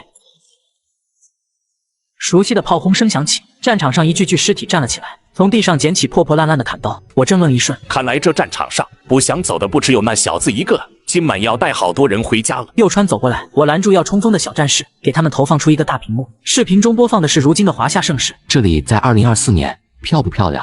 鬼子已经打跑了。所有战士出神地看着一个个灯火辉煌的画面，脸上都是难以置信。老藤紧紧盯着我，眼里都是期待。1945年8月15日，日本无条件投降。我难得看到老藤激动地说不出话来。你莫诓我可真信了。这怎么可能？老板儿，你骗我们的吧？小战士眼眶里翻涌着水光，我们明明没守住。不，正是因为你们，之后的战斗才能取得胜利，或者说是因为我们。说话的是右川，他缓缓摘下黑面具，那一刻，所有人的眼睛瞬间睁大。老连长，右川咧开嘴笑了起来。渡魂人当久了，差点忘了老子活着是干啥的了。耳边传来哽咽声，断臂连长率先走上来，仅有的一只手打在右川肩头。下一刻，两人就紧紧拥抱在一起，整个连队的气氛顿时热烈起来。不少人冲到右川身边，我听到他仰天长啸。没错，胜利了，娃儿们，老连长来接你们嘞！老藤的笑声更加洪亮，他站在高处振臂一呼：“弟兄们，老连长接咱们回家打麻将了。”回家，回船喽！右川转头看向我，我点点头，拿出引魂铃，清脆的铃铛声响彻寂静的夜空。随着铜铃剧烈颤抖，渡魂桥顷刻间更在渡魂人与阴魂之间。右川朝他们伸出手，嗓音洪亮：“娃儿们回家喽！回到无数人等着你们的地方。”小战士踏上桥，又回头望了一眼，消失在了原地。我带着一吨物资穿越到了抗日战场上，漫山遍野的炮火下，一个满身泥垢的小战士来到了我身旁。你是谁？怎么来阵地上了？快下去！接着不容分说的把我摁倒在地，接着轰隆隆一声巨响，爆炸在我附近响起。老乡，你怎么跑上来的？我们这儿是阵地，我们这儿被敌人进攻了，已经连续打了7天7夜了。下面的阵地已经来回争夺了10几次。战士朝着我大喊，周围的炮声响不停。我看着对方的衣服和头顶的徽章，这是革命先辈的部队。我来到了革命先辈们的战场上，子弹满天飞，到处都是爆炸声。这时候我仔细瞧了瞧身旁的战士，这才发现他好年轻，大概不到20的年龄，一张稚嫩的脸，非常的消瘦，眼睛里布满了血丝。我看着他的嘴唇干裂的厉害，明显已经很久没喝水了。同志，喝口水。我拿出揣在兜里的矿泉水，还有一袋饼干，递给了战士。我出门太着急，没带啥东西，这些你拿去吃。战士看见水，眼睛里突然闪烁出光芒，随后又有些挣扎。他快速的翻找身上，翻出来一个小本子，递给了我。老乡，这个本子是我们团长送我的礼物，是敌人那边缴获的，是我身上最值钱的东西，我拿这个跟你换。老乡，水对我们太重要了，这能救我们很多战士的命，你赶紧下山去，这里太危险了。就在这时，一道信号弹照亮了半边天，战士把饼干和水往怀里一塞，端起枪就往前冲。几步后，他忽然回头冲着我喊道：“我叫周山河。”随后他笑了笑，然后扎进了黑幕之中。霎时间，战火纷飞，炮火连天。我急忙召唤了传送门离开了。回到现代后，我心砰砰直跳，战场的画面不停地在我眼前闪过，炮火将大地烧干，一棵植物都见不到，一丝水分都没有。祖辈们就是在这种环境下和敌作战，刚才那一幕幕太真实了，不会有假。童子，我打算支援祖辈们，我无法帮助他们战斗，但是至少可以让祖辈们不要渴死饿死。于是我让童子准备了一车的吃的和喝的。王连长抓着电话，瞪着铜铃般的大眼站了起来。什么？运输班他们都牺牲了？不行，我们这没有水，战士们已经5天没喝过水了，我不能让战士渴死在战场上。王连长急得大叫：“老王，你们驻扎在敌人的包围圈中心，同志们都在往你们这突破，你再撑一撑。”电话一端传来了指挥部的回复。他挂上电话，铁打一般的汉子也无奈地坐了下来，深深地叹了口气。此时周围的洞内躺着一个个战士，他们都望着自己的连长。这时有位战士问道：“连长，我们的水是不是送不上来了？运输6班为了给我们送水都牺牲了。”王连长眼神中闪过一丝波动，紧接着振作的道：“不能再让同志们这么牺牲了，我们要自己想办法。今晚我们就去抢水。”可是那滩水池旁有敌人3挺机枪守着，阵地附近唯一的水源被敌人封锁，密集的火力已经让连里牺牲了6个战士，这要是再去，那也是死在消灭敌人的路上，不是？这时周山河跑进了洞内叫道：“连长，我这有水。”王连长眼睛里一亮，看着周山河递上来一个透明的瓶子，瓶子很奇怪，但王连长不在意这个，他在意的是里面白白净净的水。山河，这水是哪来的？是一个老乡给的。周山河没问昨晚那人的名字，总觉得人家就是个老乡。放屁，这地方哪有什么老乡？连只鸟都飞不上来，你也太年轻了，一点警觉性都没有。你确定那个不是敌人故意送水过来？这水里可能放了毒物。没放毒，连长，我抿了一口，不是毒水，很干净，有股子清甜的味道，蛮像我们老家的山泉。周山河笑笑抓了抓头发，王连长看了看水，又看了看周山河，最后拧开矿泉水瓶抿了一口。他不敢多喝，一口水可能就能救一名战士。果然这水甘甜热齁，非常舒服，而且水质干净，比起平时喝的水还好。分下去，每人喝一口。王连长把水瓶递给了一名战士，然后转回头又对周山河道：“那个老乡你还能找到吗？他很有可能知道水源的位置。我今晚要不再去看看？”周山河有些拿捏不定。当晚我推着个满载物资的手推车回到战场，我不知道昨晚上的小战士还会不会来。我在昨晚上相同的位置等他，没多久我看到了远处有个人影，朝我这边看了又看，然后朝我这边走了过来。这不就是昨晚上的小战士吗？我记得他叫周山河。山河，我这有水跟吃的。我指了指四周用物资垒起来的小山。太好了，我们连长就想着要水，水有多少？周山河很兴奋，看着满满当当的水跟食物笑开了颜。我站一旁问道：“你今年几岁了？瞧你很年轻啊。”我今年19，刚参军就过来了。战士随口答道：“19岁的话比我都小。”我不由得肃然起敬，继续问道：“那你出来当兵想家里人吗？”想啊，怎么不想？我出来的时候，我那婆娘刚刚大肚子，估计回去就能抱孩子了。说到家，战士的眼睛有些迷离，他望着远方，许久后笑了笑，眼神里有种幸福的希望。家里最近还分了田，说实话，我真的想回去，有家有地，这日子感觉有盼头。说着，战士笑了，我跟着他一起笑了笑，但是他又低下头。老乡，我们有纪律，你这物资太贵重了，我得问问连长。别呀，你想吃就吃，我那边还有，不过我给你回去拿，你要是不吃，你就扔着。你看看被敌人捡走了咋办？看战士由于我说完就离开了，找了个没人的地方打开了传送门。王连长焦急地在猫耳洞里等着，心里七上八下的，头顶炮火阵阵，泥土小石子不停地落下。他抓下军帽，瞪了一眼上面，骂道：“这帮鬼子欺负老子火力不足，总有一天老子也得火炮盖地。”骂完，王连长看向洞口，现今最大的难题水还没消息，也不知道周山河能不能见到那个老乡。正想着，那周山河跌跌撞撞地跑了进来，推着满是物资的手推车。我带着1吨物资穿越到了抗战时期，见到了已经被围困了7天7夜，正缺少水源的革命先辈。于是我送给了他们1车的物资。周山河跌跌撞撞地跑了进来，推着满是物资的手推车，没到王连长跟前就大声叫道：“水来了，有水了，大家快来！”战士们很快聚了过来。王连长来到周山河跟前问道：“那个老乡呢？”报告连长，人家放下东西后就走了。王连长瞅着那手推车还有上面的物资，说实话太梦幻，有点不真实。你就没问对方水怎么来的？没问，要不下次我问一声。下次我跟你一起去，我亲自见见他。对于这个神秘的送水人，王连长很感兴趣，但眼下这不是主要问题。他扫了眼水桶道：“把水分成7份，送到前面阵地上去，让每个战士都喝上水。”周山河背着6个水壶来到了他自己的班组，这里是最前沿，炮火早把周围地离了几遍，焦糊的味道充斥空气。掩体后面坐着几个正休息的战士。老班长，我送水来了。周山河喊了一声，角落里一个头上缠着绷带、神情刚毅的男人站了起来。山河，我在这。班长，我们有水了，你们快点喝。周山河把水壶放下，周围的战士听到有水纷纷聚了过来。仗打了1个星期了，喉咙里早就烧得火烫，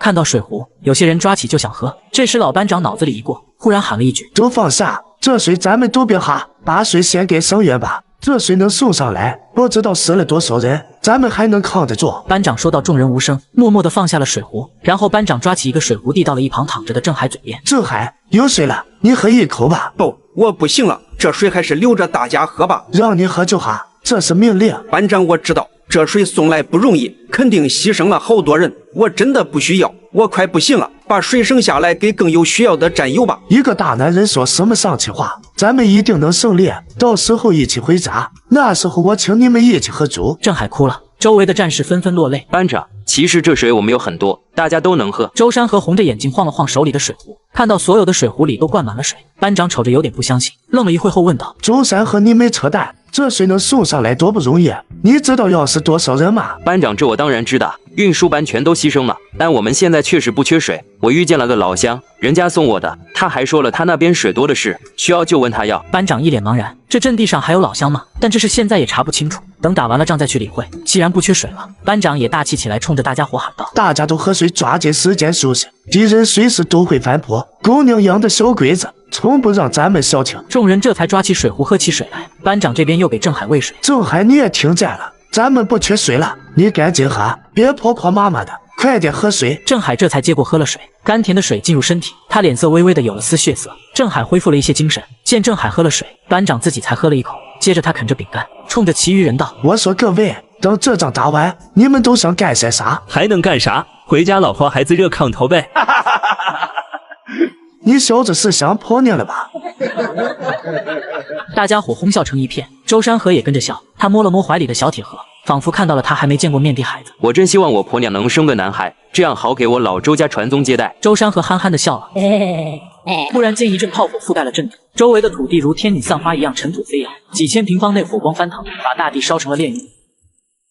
快隐蔽！班长大喊一声，战士们纷纷找地方隐藏起来。周山河的思绪也被拉了回来，他躲进了一处掩体内，耳畔边是隆隆不绝的炮响。他大口呼吸着，手紧紧地握着武器。不久，他听到了隆隆的声响，跟炮声不一样。听声音，这是敌人的铁壳子。他探出脑袋往前方看去，黑幕下很多辆铁壳子车缓缓开，后面是乌泱泱的人群。敌人进攻了！周山河大声喊道：“全体都有，准备战斗！”班长大吼一声，端起机枪瞄准了来敌，等着敌人慢慢靠近。班长又大吼了一声：“给我打！”阵地上火舌呼啸点亮了夜幕，前方的来敌纷纷倒下。可是铁壳子不怕子弹，履带缓缓地碾过地面，像是一头头狰狞的野兽咆哮而来。把最前面的铁疙瘩给我干！我来！激战中有人应了一声，随后黑暗中一道血染的英姿冲出了战壕，扑向了坦克。随后轰的一声爆炸，火光冲破了天际，冲在最前面的坦克被炸飞了，燃起了熊熊的大火，吞没了带头的坦克。后面的步兵就是待收割的韭菜，纷纷在枪声下倒地。敌人开始退去，班长士气高昂喊道：“给我打！打跑这群狗娘养的！”可这当口机枪没子弹了，班长冲着身旁就喊：“郑海，拿子弹！”可是没人应他。班长朝着角落里看去，那里空荡荡的，早没了人影。恍然间，班长看向那辆燃烧的坦克，什么都明白了。打！给我狠狠着打！我正在床上躺着，却突然心神不宁，脑海里都是周山河的身影，还有那炮火连天的世界。童子，快打开传送门！速度！我深吸一口气，再度来到这个时空，入眼望去一片焦土，原本的战壕被炸弹离成了平地。我四处寻找战士们的踪迹，却一个活人都见不到。这时童子突然开口道：“我带着物资穿越到了土地上，看到满地的战火纷飞，但是却一个人也找不到。就在我焦急的寻找革命先辈时，这时童子突然开口道：龙哥，你不要急，正面战场正在激战，我怕过去可能会尬。我将门开在了战场边缘。”听了系统的话，我着急地说：“童子，你赶紧给我准备绷带以及止血药。”那不远处的阵地上正在进行激烈的战斗，火光映照在那些战士的脸上，我能看得分明，其中就有周山河的影子。打，狠狠着打！班长的声音还在咆哮。此刻又有一名战士冲出了战壕，扑向了开进的坦克，轰隆隆的爆炸。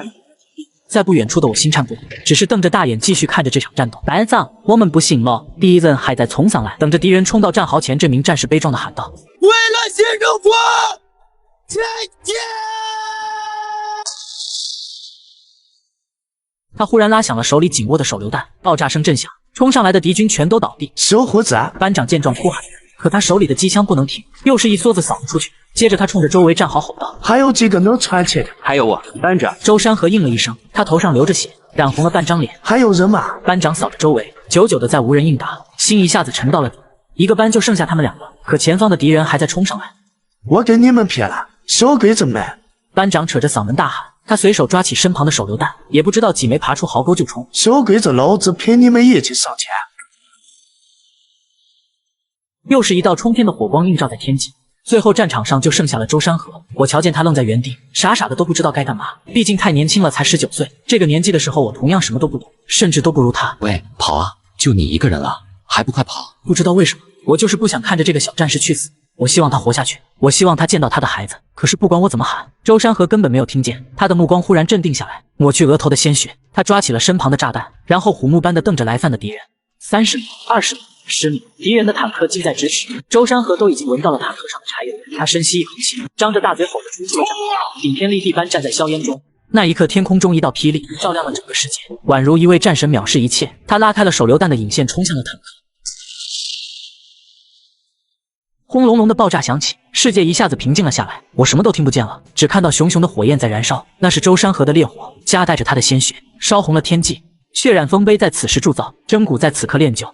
我泪目了，看着剩下的敌人在冲过我军的防线，杀向下一处阵地。难道我们就这么输了吗？就在此时，一只猛虎之师突然从夜幕中杀出，个个身手矫健，天资英才，那突突的火舌如同不愁的怒火，敌人如芦苇般倒下。王连长带着队伍杀到了阵地上。连长，我班全部阵亡了。这时，一名战士报告道。王连长目光闪过一团水雾，但映着气道：“能和敌人拼命，这一战打得不错，不孬。”把他们都收敛了带回去，别让他们睡在异乡。很快，一名战士带着个方盒回来了。连长，这东西是周山河身上掉出来的。王连长接过，是一个铁制的小方盒，上面颜色很鲜艳。他问道：“周山河是不是5班那个小鬼？”是啊，带来水的就是这位战士。这小鬼立了大功吗？好样的！王连长把方盒递了回去，送回去吧，发给他的家属。战斗结束了，但我心绪无法平静，特别是周山河牺牲前的那一幕，我一阵心酸。同志们卧倒！忽然有人高喊，紧接着轰的一声，在我身旁爆炸，我被强大的气流掀倒，昏死了过去。我做了一个很长很长的梦，在梦里我看到一支部队正从山下大道上经过，他们雄赳赳气昂昂地唱着战歌，旗帜是那样的鲜红。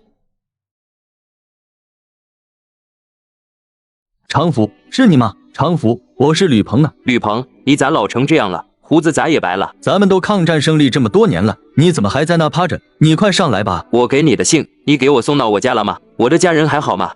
常福，我对不起你，你给我的信我没送到你家，我找不着你家，我都找了70多年了。常福，你告诉我你家在哪？常福。常福，吕鹏突然间从睡梦中惊醒，然后发了疯似的跑了出去。这天大家都在抗战纪念馆参观，吕鹏却突然间想起了什么。报告团长，战士吕鹏奉命潜伏，观察敌情。说完，吕鹏又飞快地跑了出去。我则是在爷爷离开纪念馆后才姗姗来迟。不好意思，打扰一下，那个我爷爷呢？刚才大家正在参观，老爷子突然情绪挺激动，说什么自己要去侦察敌情，一路小跑出去了。啊，走哪去了？往那边走了吧。不好意思啊，给您添麻烦了。他在战争时期受过伤，弹片现在还在脑子里，所以导致他时而有点清醒，时而有点糊涂。能麻烦你帮我发布一条寻人启事吗？现在广播一个重要通知，有一名退伍军人，86岁的退伍老兵1小时前在现场走失，希望有时间的帮忙找一找。就在大家在街上疯狂的寻找他时，吕鹏这时已经在山里转悠了半天。此时的他又困又饿，忽然间发现前方有一个房子，他就以为是我军的哨所，跑进去就呼呼大睡起来。二龙一觉睡醒，忽然间身边多了一个陌生老人。他仔细观察后才发现这个老人就是寻人启事上的老前辈。于是他叫醒了正在熟睡的吕鹏。老人家，你咋自己一个人跑到我这里来了？我是侦察兵吕鹏，我找我们连部，然后找不着了，我就转悠，满山的转悠啊，我就看见你这哨所，然后我就进来了。我告诉你啊，你哨所环境挺好的，就是隐蔽性差点。老人家，你慢点吃，别噎着。你叫谁老人家？我比你大几岁啊？吕鹏吃饱喝足后，觉得二龙的位置太容易暴露，于是想用干草把房子给遮掩起来。你这干啥呀？咋把我这房子给我遮上了？我这不是给你做掩体呢吗？你这个房子最容易暴露了，敌机天天在天上巡逻，你这很容易就成为敌人轰炸目标了。二龙转念一想，这么下去也不是办法。猛然间，他想到一个好主意。吕鹏同志啊，我刚接到连部最新指示，任命我为你们新一排的排长。现在我告诉你一个重要通知，报告许排长，侦察兵吕鹏听从许排长的指挥。吕鹏同志告诉你个好消息，我们胜利了！胜利了！对，我们是彻底的胜利了，彻底胜利了！太好了，我们终于胜利了！哈哈哈哈哈！寒风凛冽中，我把超市开在了红军长征的必经之路上，见到了还没饿死在长征路上的革命先辈。可当我把煮好的面条送到他手上时，那年轻人却是一脸警惕地盯着我。你是谁？我不认识你。我没有回答他的问题，而是皱着眉盯着他一身薄衣遮不住胸前的血痂，隐约中还能看见有新鲜的血渗出来。再往后一瞧，10几人中人人带伤。你们需要治疗，否则要死人的。我二话不说把他拉进房间。童子，酒精纱布有多少来多少？童子不满的声音响起。本系统并非无常，需以物换物。我没好气道，你别那么多废话。救人要紧，你先预支出来，回头再进行交易。酒精跟纱布拿到手后，我让他躺在地上，他死活不干，而是一脸谨慎的防备着我。他觉得我来头不正，是坏人。李国强，听话，我只是要给你的伤口消毒，万一感染你就死了。我强硬的把他按在地板上。此时正经历着长征的他营养不良，哪有我力气大？掀开他的军装，一条拇指粗细的伤口映入眼帘，我倒吸一口凉气。这得多疼啊！我拿起酒精便开始消毒伤口，绑紧绷带。见我动作利索，没有害他的意思。他疼得直哆嗦，也没有动。治疗完，他坐起来，不由得惊叹：“你是山中的神仙吗？”我见着他惊讶的样子，忍着泪水在眼眶打转。你就当我是吧。我掩饰好情绪后，他才反应过来。他望了望我，惊喜过后，他脸色涨红的一副很难开口的样子。李国强，你是不是有什么话要说？他点点头，有些呆愣，但视线一直停留在我放在一旁的酒精和绷带上。我明白过来，他是惦记着自己的那几个战友。这个我不能免费给你。他闻言果然咬着苍白的下唇，握着拳头。神仙同志，我给您打欠条，队里的同志们快不行了，就求您卖给我。他说着便要朝我跪下，我哪里能承受他的一跪？我顺势把人扶起，面色严肃地说：“咱俩必须以物换物。”我打量着他身上的行军服，破破烂烂，全是修补的痕迹，就连绑腿也满是血污。这样吧，一副绑腿换10套酒精跟纱布。同志，你不会是说错了吧？他被我的提议惊到了，不敢置信地盯着我，仿佛在确认我是不是别有居心。诚意在此，便不欺客。我表面镇定，内心却迫切希望他能同意。他迅速解下绑腿，小心翼翼地递给我，我激动地接过来。童子，抓紧拿10套酒精和绷带出来。跟了你真倒霉，尽做赔本生意。童子吐槽一句，他怀里揣着东西，感激地看着我。走到门口处，他突然转身朝我深深鞠了一躬，我有些哭笑不得，这大礼我怎么受得起？红军行军绑腿一副，磨损度30%，是否兑换成金币？已兑换100金币。听着系统那惊喜的提示声，我有些恍惚。系统给予的金币是可以回去后提取的，100金币可不是小数额。龙哥，我们后面用10副绑腿换1套，狠狠地赚他一笔。童子尝到甜头，贪心道。我想了想，有些心动，但还是摇头拒绝。绑腿那么值钱，是我们赚了。不过我们可以尝试换其他物资，说不定也能兑换出不少金币。童子也赞成了我的想法。第二天，超市的门被推开，一片阳光打了进来，映入眼中的是一个瘦弱女子的身影。我带着2箱卫生巾穿越抗战时期，当卫生员看到卫生巾时，却直呼战士们的伤有救了。超市的门被推开，映入眼中的是一个瘦弱女子的身影。我听队长说，你这家超市能以物换物。他紧捏着衣角，紧张地看着我。当然可以，你需要什么？我自然不会拒绝，这不仅是生意，更是对红军的帮助。我需要一些可以治疗高烧不退的药，有吗？有的，你先坐会儿休息一下。我上前想要拉他坐下，可他一个劲地扭头回绝。在我百思不得其解时，女同志动作幅度一大，身后蹭到超市货架上，染了一小片红。我有些错愕地看着那道红色痕迹。这女同志有难言之隐，难怪一直扭扭捏捏的。女同志回过神，顺着我的目光看去，顿时慌忙地蹲下身子，拿袖口不断擦拭着货架。对不起，我不是故意弄脏的。同志不用道歉，你在这里等等。我进了里屋，假装翻找东西。童子赶快拿包卫生巾出来。10副绑腿换1包卫生巾。童子趁火打劫。别废话，速度点。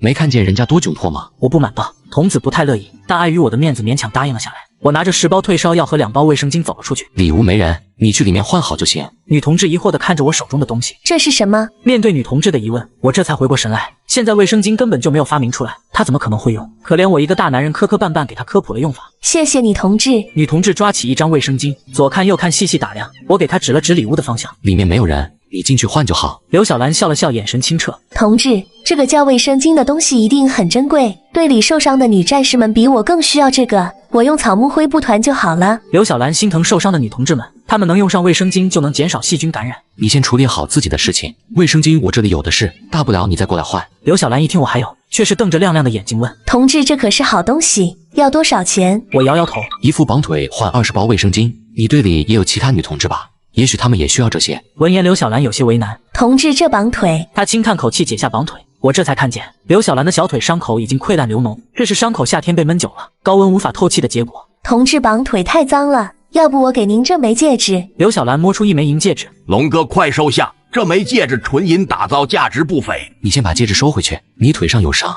要是处理不好要截肢的。说到这里，我语气有些哽咽。李国强是刀伤，刘小兰更离谱，小腿子弹擦伤溃烂流脓。昨天你们队长不是有拿药回去吗？你们没用上吗？用上了，用上了，我们队里的同志都用上了。我这个小伤口没事，那个药太珍贵了，我想要留给更需要的同志。我一下子明白了，这是他们自己舍不得用，伤员太多了，轻伤的人根本没考虑自己。这样吧，你会做饭吗？咱们以工代酬如何？我的提议让刘小兰瞬间心动起来。我会，我先帮你处理好伤口，你把东西先拿回去，然后回来帮我做饭。龙哥，你又不经过我的同意就预支，你记得等会收他银戒指。别废话，2盒消炎药，20套酒精和绷带，20包卫生巾。在我的催促下，系统骂骂咧咧的给了药。拿上药，刘小兰给我深深鞠了一躬就离开了。不过她很快又赶了回来。同志，咱们厨房在哪里？我让刘小兰到里屋，这里有个小厨房，不过都是现代的厨具。我担心刘小兰不会用，干脆亲自掌厨，让她打下手。现在队里有多少战士还身体健康的？我们有一搭没一搭的聊着天，一个也没有。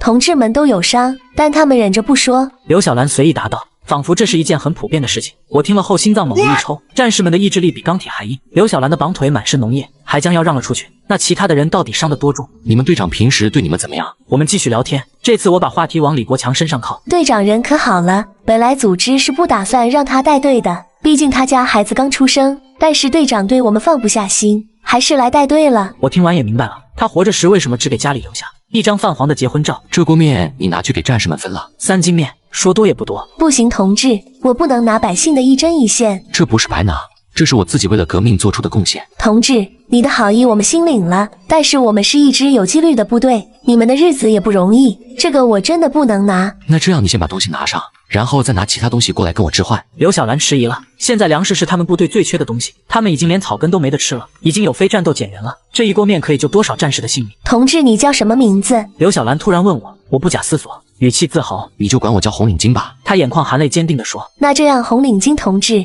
我代表战士们感谢您，您一定要在这里等我，我马上就回来。刘小兰吃力地端着大锅往外走，我本想帮她一把，但想到她是个要强的姑娘，我也就作罢。龙哥银戒指呢？不光戒指没收到，连绑腿也没有，你真是个败家子。童子气急败坏地说，自然又一次被我无视了。你既然选择了我作为宿主，自然就得听我指挥，不服也得憋着。队伍里一众战士见到刘小兰手里的大锅，每个人的眼神都变了，他们站了起来，像是在做梦一般，不可置信地看着刘小兰。这么精细的面条在哪弄来的？李国强把面条放在队伍中间的地上，战士们看着唾沫连连，吞咽着，但没有李国强的命令都不敢下嘴。报告队长，是红领巾同志给的。刘小兰指了指超市，李国强一看，眉头顿时皱紧。小兰同志，我们才分好冻上药膏，又得欠人家一锅面，这恩情可怎么还？刘小兰想了想，红领巾同志说了，这是以工代酬，他让我帮忙做的这个面，他还给了很多珍贵的物资呀。我好像忘记把绑腿给他了。刘小兰一拍脑门，懊恼道。李国强一听，心中了然，又环顾全场，见每个战士眼冒青光，都跟饿死鬼投胎一样，也是心疼。队里10几号人，这一锅面肯定不够分，这样我们先给伤员和身子骨弱、年龄小的战士分下去，他们正长身体，更是我们的未来，不能耽误了。至于我们嘛，再忍一忍，再往下走一走，就有草根可以吃了。李国强大笑道。其他战士也没有怨言，都同意李国强的提议。对啊，我们身体壮得很，还能挺。队长说的不错，精面吃多了嘴刁，让小孩吃，小孩跟着我们打仗怪辛苦。众战士附和道。李国强让人把面分下去后，暗地里叫来了刘小兰。我带着20吨白面穿越抗战时期，当队长看见堆成小山的面粉后，却朝我举起了枪。我让刘小兰带着一锅面条给同志们吃。当李国强看到面条，本能的产生怀疑，但看着大家已经好几天没吃过东西，最终还是妥协了。李国强让人把面分下去后，暗地里叫来了刘小兰。你觉得那位红同志是坏人不？刘小兰瞪大着双眼，疑惑地看着李国强。队长，他对我们这么好，咋可能是坏人？李国强一脸深沉。你说这会不会是敌人的诡计，故意获取我们的好感？刘小兰摇头。队长，我觉得那位同志不是那样的人，他的眼神就像我们的战士一样坚定无比，充满赤诚。李国强点点头，觉得刘小兰的话有些道理，但还是不放心。你把绑腿解下来，我替你去交给红同志，我还得试他一试，看看他是不是坏人。同志，你这还有粮食不？听到熟悉的声音，见到熟悉的人，我立马停止跟童子吹牛逼。李国强同志，我这里还有些白面，不过得用东西换。这是刘小兰同志的绑腿，我们不能白拿你东西。红同志，那一锅白面我们不能白拿，我能以工代酬不？他主动提议道。我有些意外，才想起来他们这个时代还不知道红领巾的含义，不过我还是点头。当然可以。那我先帮你把铺子整理一遍，帮你搞搞卫生。他说着就动起手来，让我站在一旁不许动。我看着他的动作，有些哭笑不得。他哪里是整理东西，分明是在找敌军特务，完全不放过任何一个角落，连每个缝隙都得查看好几遍。同志，你这屋子怪干净的。一番功夫下来，他额头都冒汗了。我忍着笑意。国强同志，以工代酬的滋味咋样？我故意打趣道。他自然知道我话中意思，他一脸歉意。同志，我误会你了。我摆摆手，没放在心上。国强同志，既然你提出以工代酬，那我就提出以旧换新。我看你们身上的行军服都补得没地下针了，不如跟我交换，一套旧行军服免费换新，再附上每人2斤白面，如何？他的表情惊愕十足，震惊地看着我。这年头能搞到1斤白面可不是小事，队里17号人，也就是30-40斤。洪同志，你要我们行军服做什么？他百思不得其解。在他看来，这些行军服破破烂烂的，有什么好的？国强同志，这就不用你知道了。我故作深沉地带过去。他站在原地想了很久，他心中挣扎，一方面想信任我，另一方面又觉得天上掉馅饼没有好事。但他咬咬牙，还是选择了相信我。其实也是粮食短缺，加上队里战士们都饿得快要不行，营养完全跟不上，还不如要了这30-40斤白面，就算有阴谋埋伏啥的，也能吃饱了和敌人拼命。同志，我们换。国强同志，这次可不能预支了。见他还站在原地，我摇头道：红军行军绑腿一副，诚信度4成，是否兑换成金币？拿到刘小兰的绑腿，我自然就让系统兑换了。已兑换500金币。龙哥，这是个不错的买卖。我眉毛一挑，也有些高兴。诚信度高了1成，便卖多了400金币。要是把17套行军服全卖了，能获得多少金币？这算得上是意外之喜。没多久，李国强和刘小兰两人一前一后，抱着行军服进了超市。这好像没有17套吧？不论怎么看，这2筐衣服也只有几套，最多不过5套。李国强闻言张了张嘴，又突然闭上嘴。还是刘小兰主动开口解答我的疑问。同志们说了，他们身上的行军服太破了，值不上2斤白面。我们特意挑出完好的行军服来跟你换白面，不用2斤，5套行军服换5斤行布，刘小兰用一种热切的目光注视着我，那一刻我有种想要落泪的冲动，但还是强行忍了下来。胡闹！我故意做生气样子发火道：“我说了一套行军服以旧换新，附送2斤白面。我出来做生意的，就讲究这点诚信原则。你们这是拿我的面皮往地上踩。”说着，我当着他们的面把一袋白面扔在地上，不断踩踏着。老革命哪里能看见别人糟蹋粮食？李国强和刘小兰一左一右架住了我，他们都心疼地看着地上的白面。洪同志，我们知错了。也许是知道我发起狠来让人害怕，李国强还是服软了。就听洪同志的，叫战士们把行军服都脱下，换白面来。他擦了擦眼泪，我看着地上的白面，也是心疼得很。但是战士们太实诚了，不使点手段就很难让他们接受善意。小兰同志，你把地上的白面收拾好，不能浪费一丝一毫。他吩咐好刘小兰干活，自己回去拿行军服去了。小兰同志，我给你的消炎药好使不？两人独处，为了避免尴尬，我主动找话题开口。小兰同志，见刘小兰蹲着身子不说话，我以为她没听清，再次问道：“同志，药很好，人没挺过去。”刘小兰鼻子抽了抽，挤出一张笑脸。我沉默了。高烧不退，还是其他病？身上还有伤口被感染了，我们物资太匮乏了，水也没让他喝上。其实前天就应该走了的，但是他挺了好久，说是希望能活着见到组织胜利。说到这儿，刘小兰声音哽咽了，久久不能抬头。我以俯视的视角，能看到刘小兰的泪水滴在地面。消炎药用上了吗？牺牲的同志说了，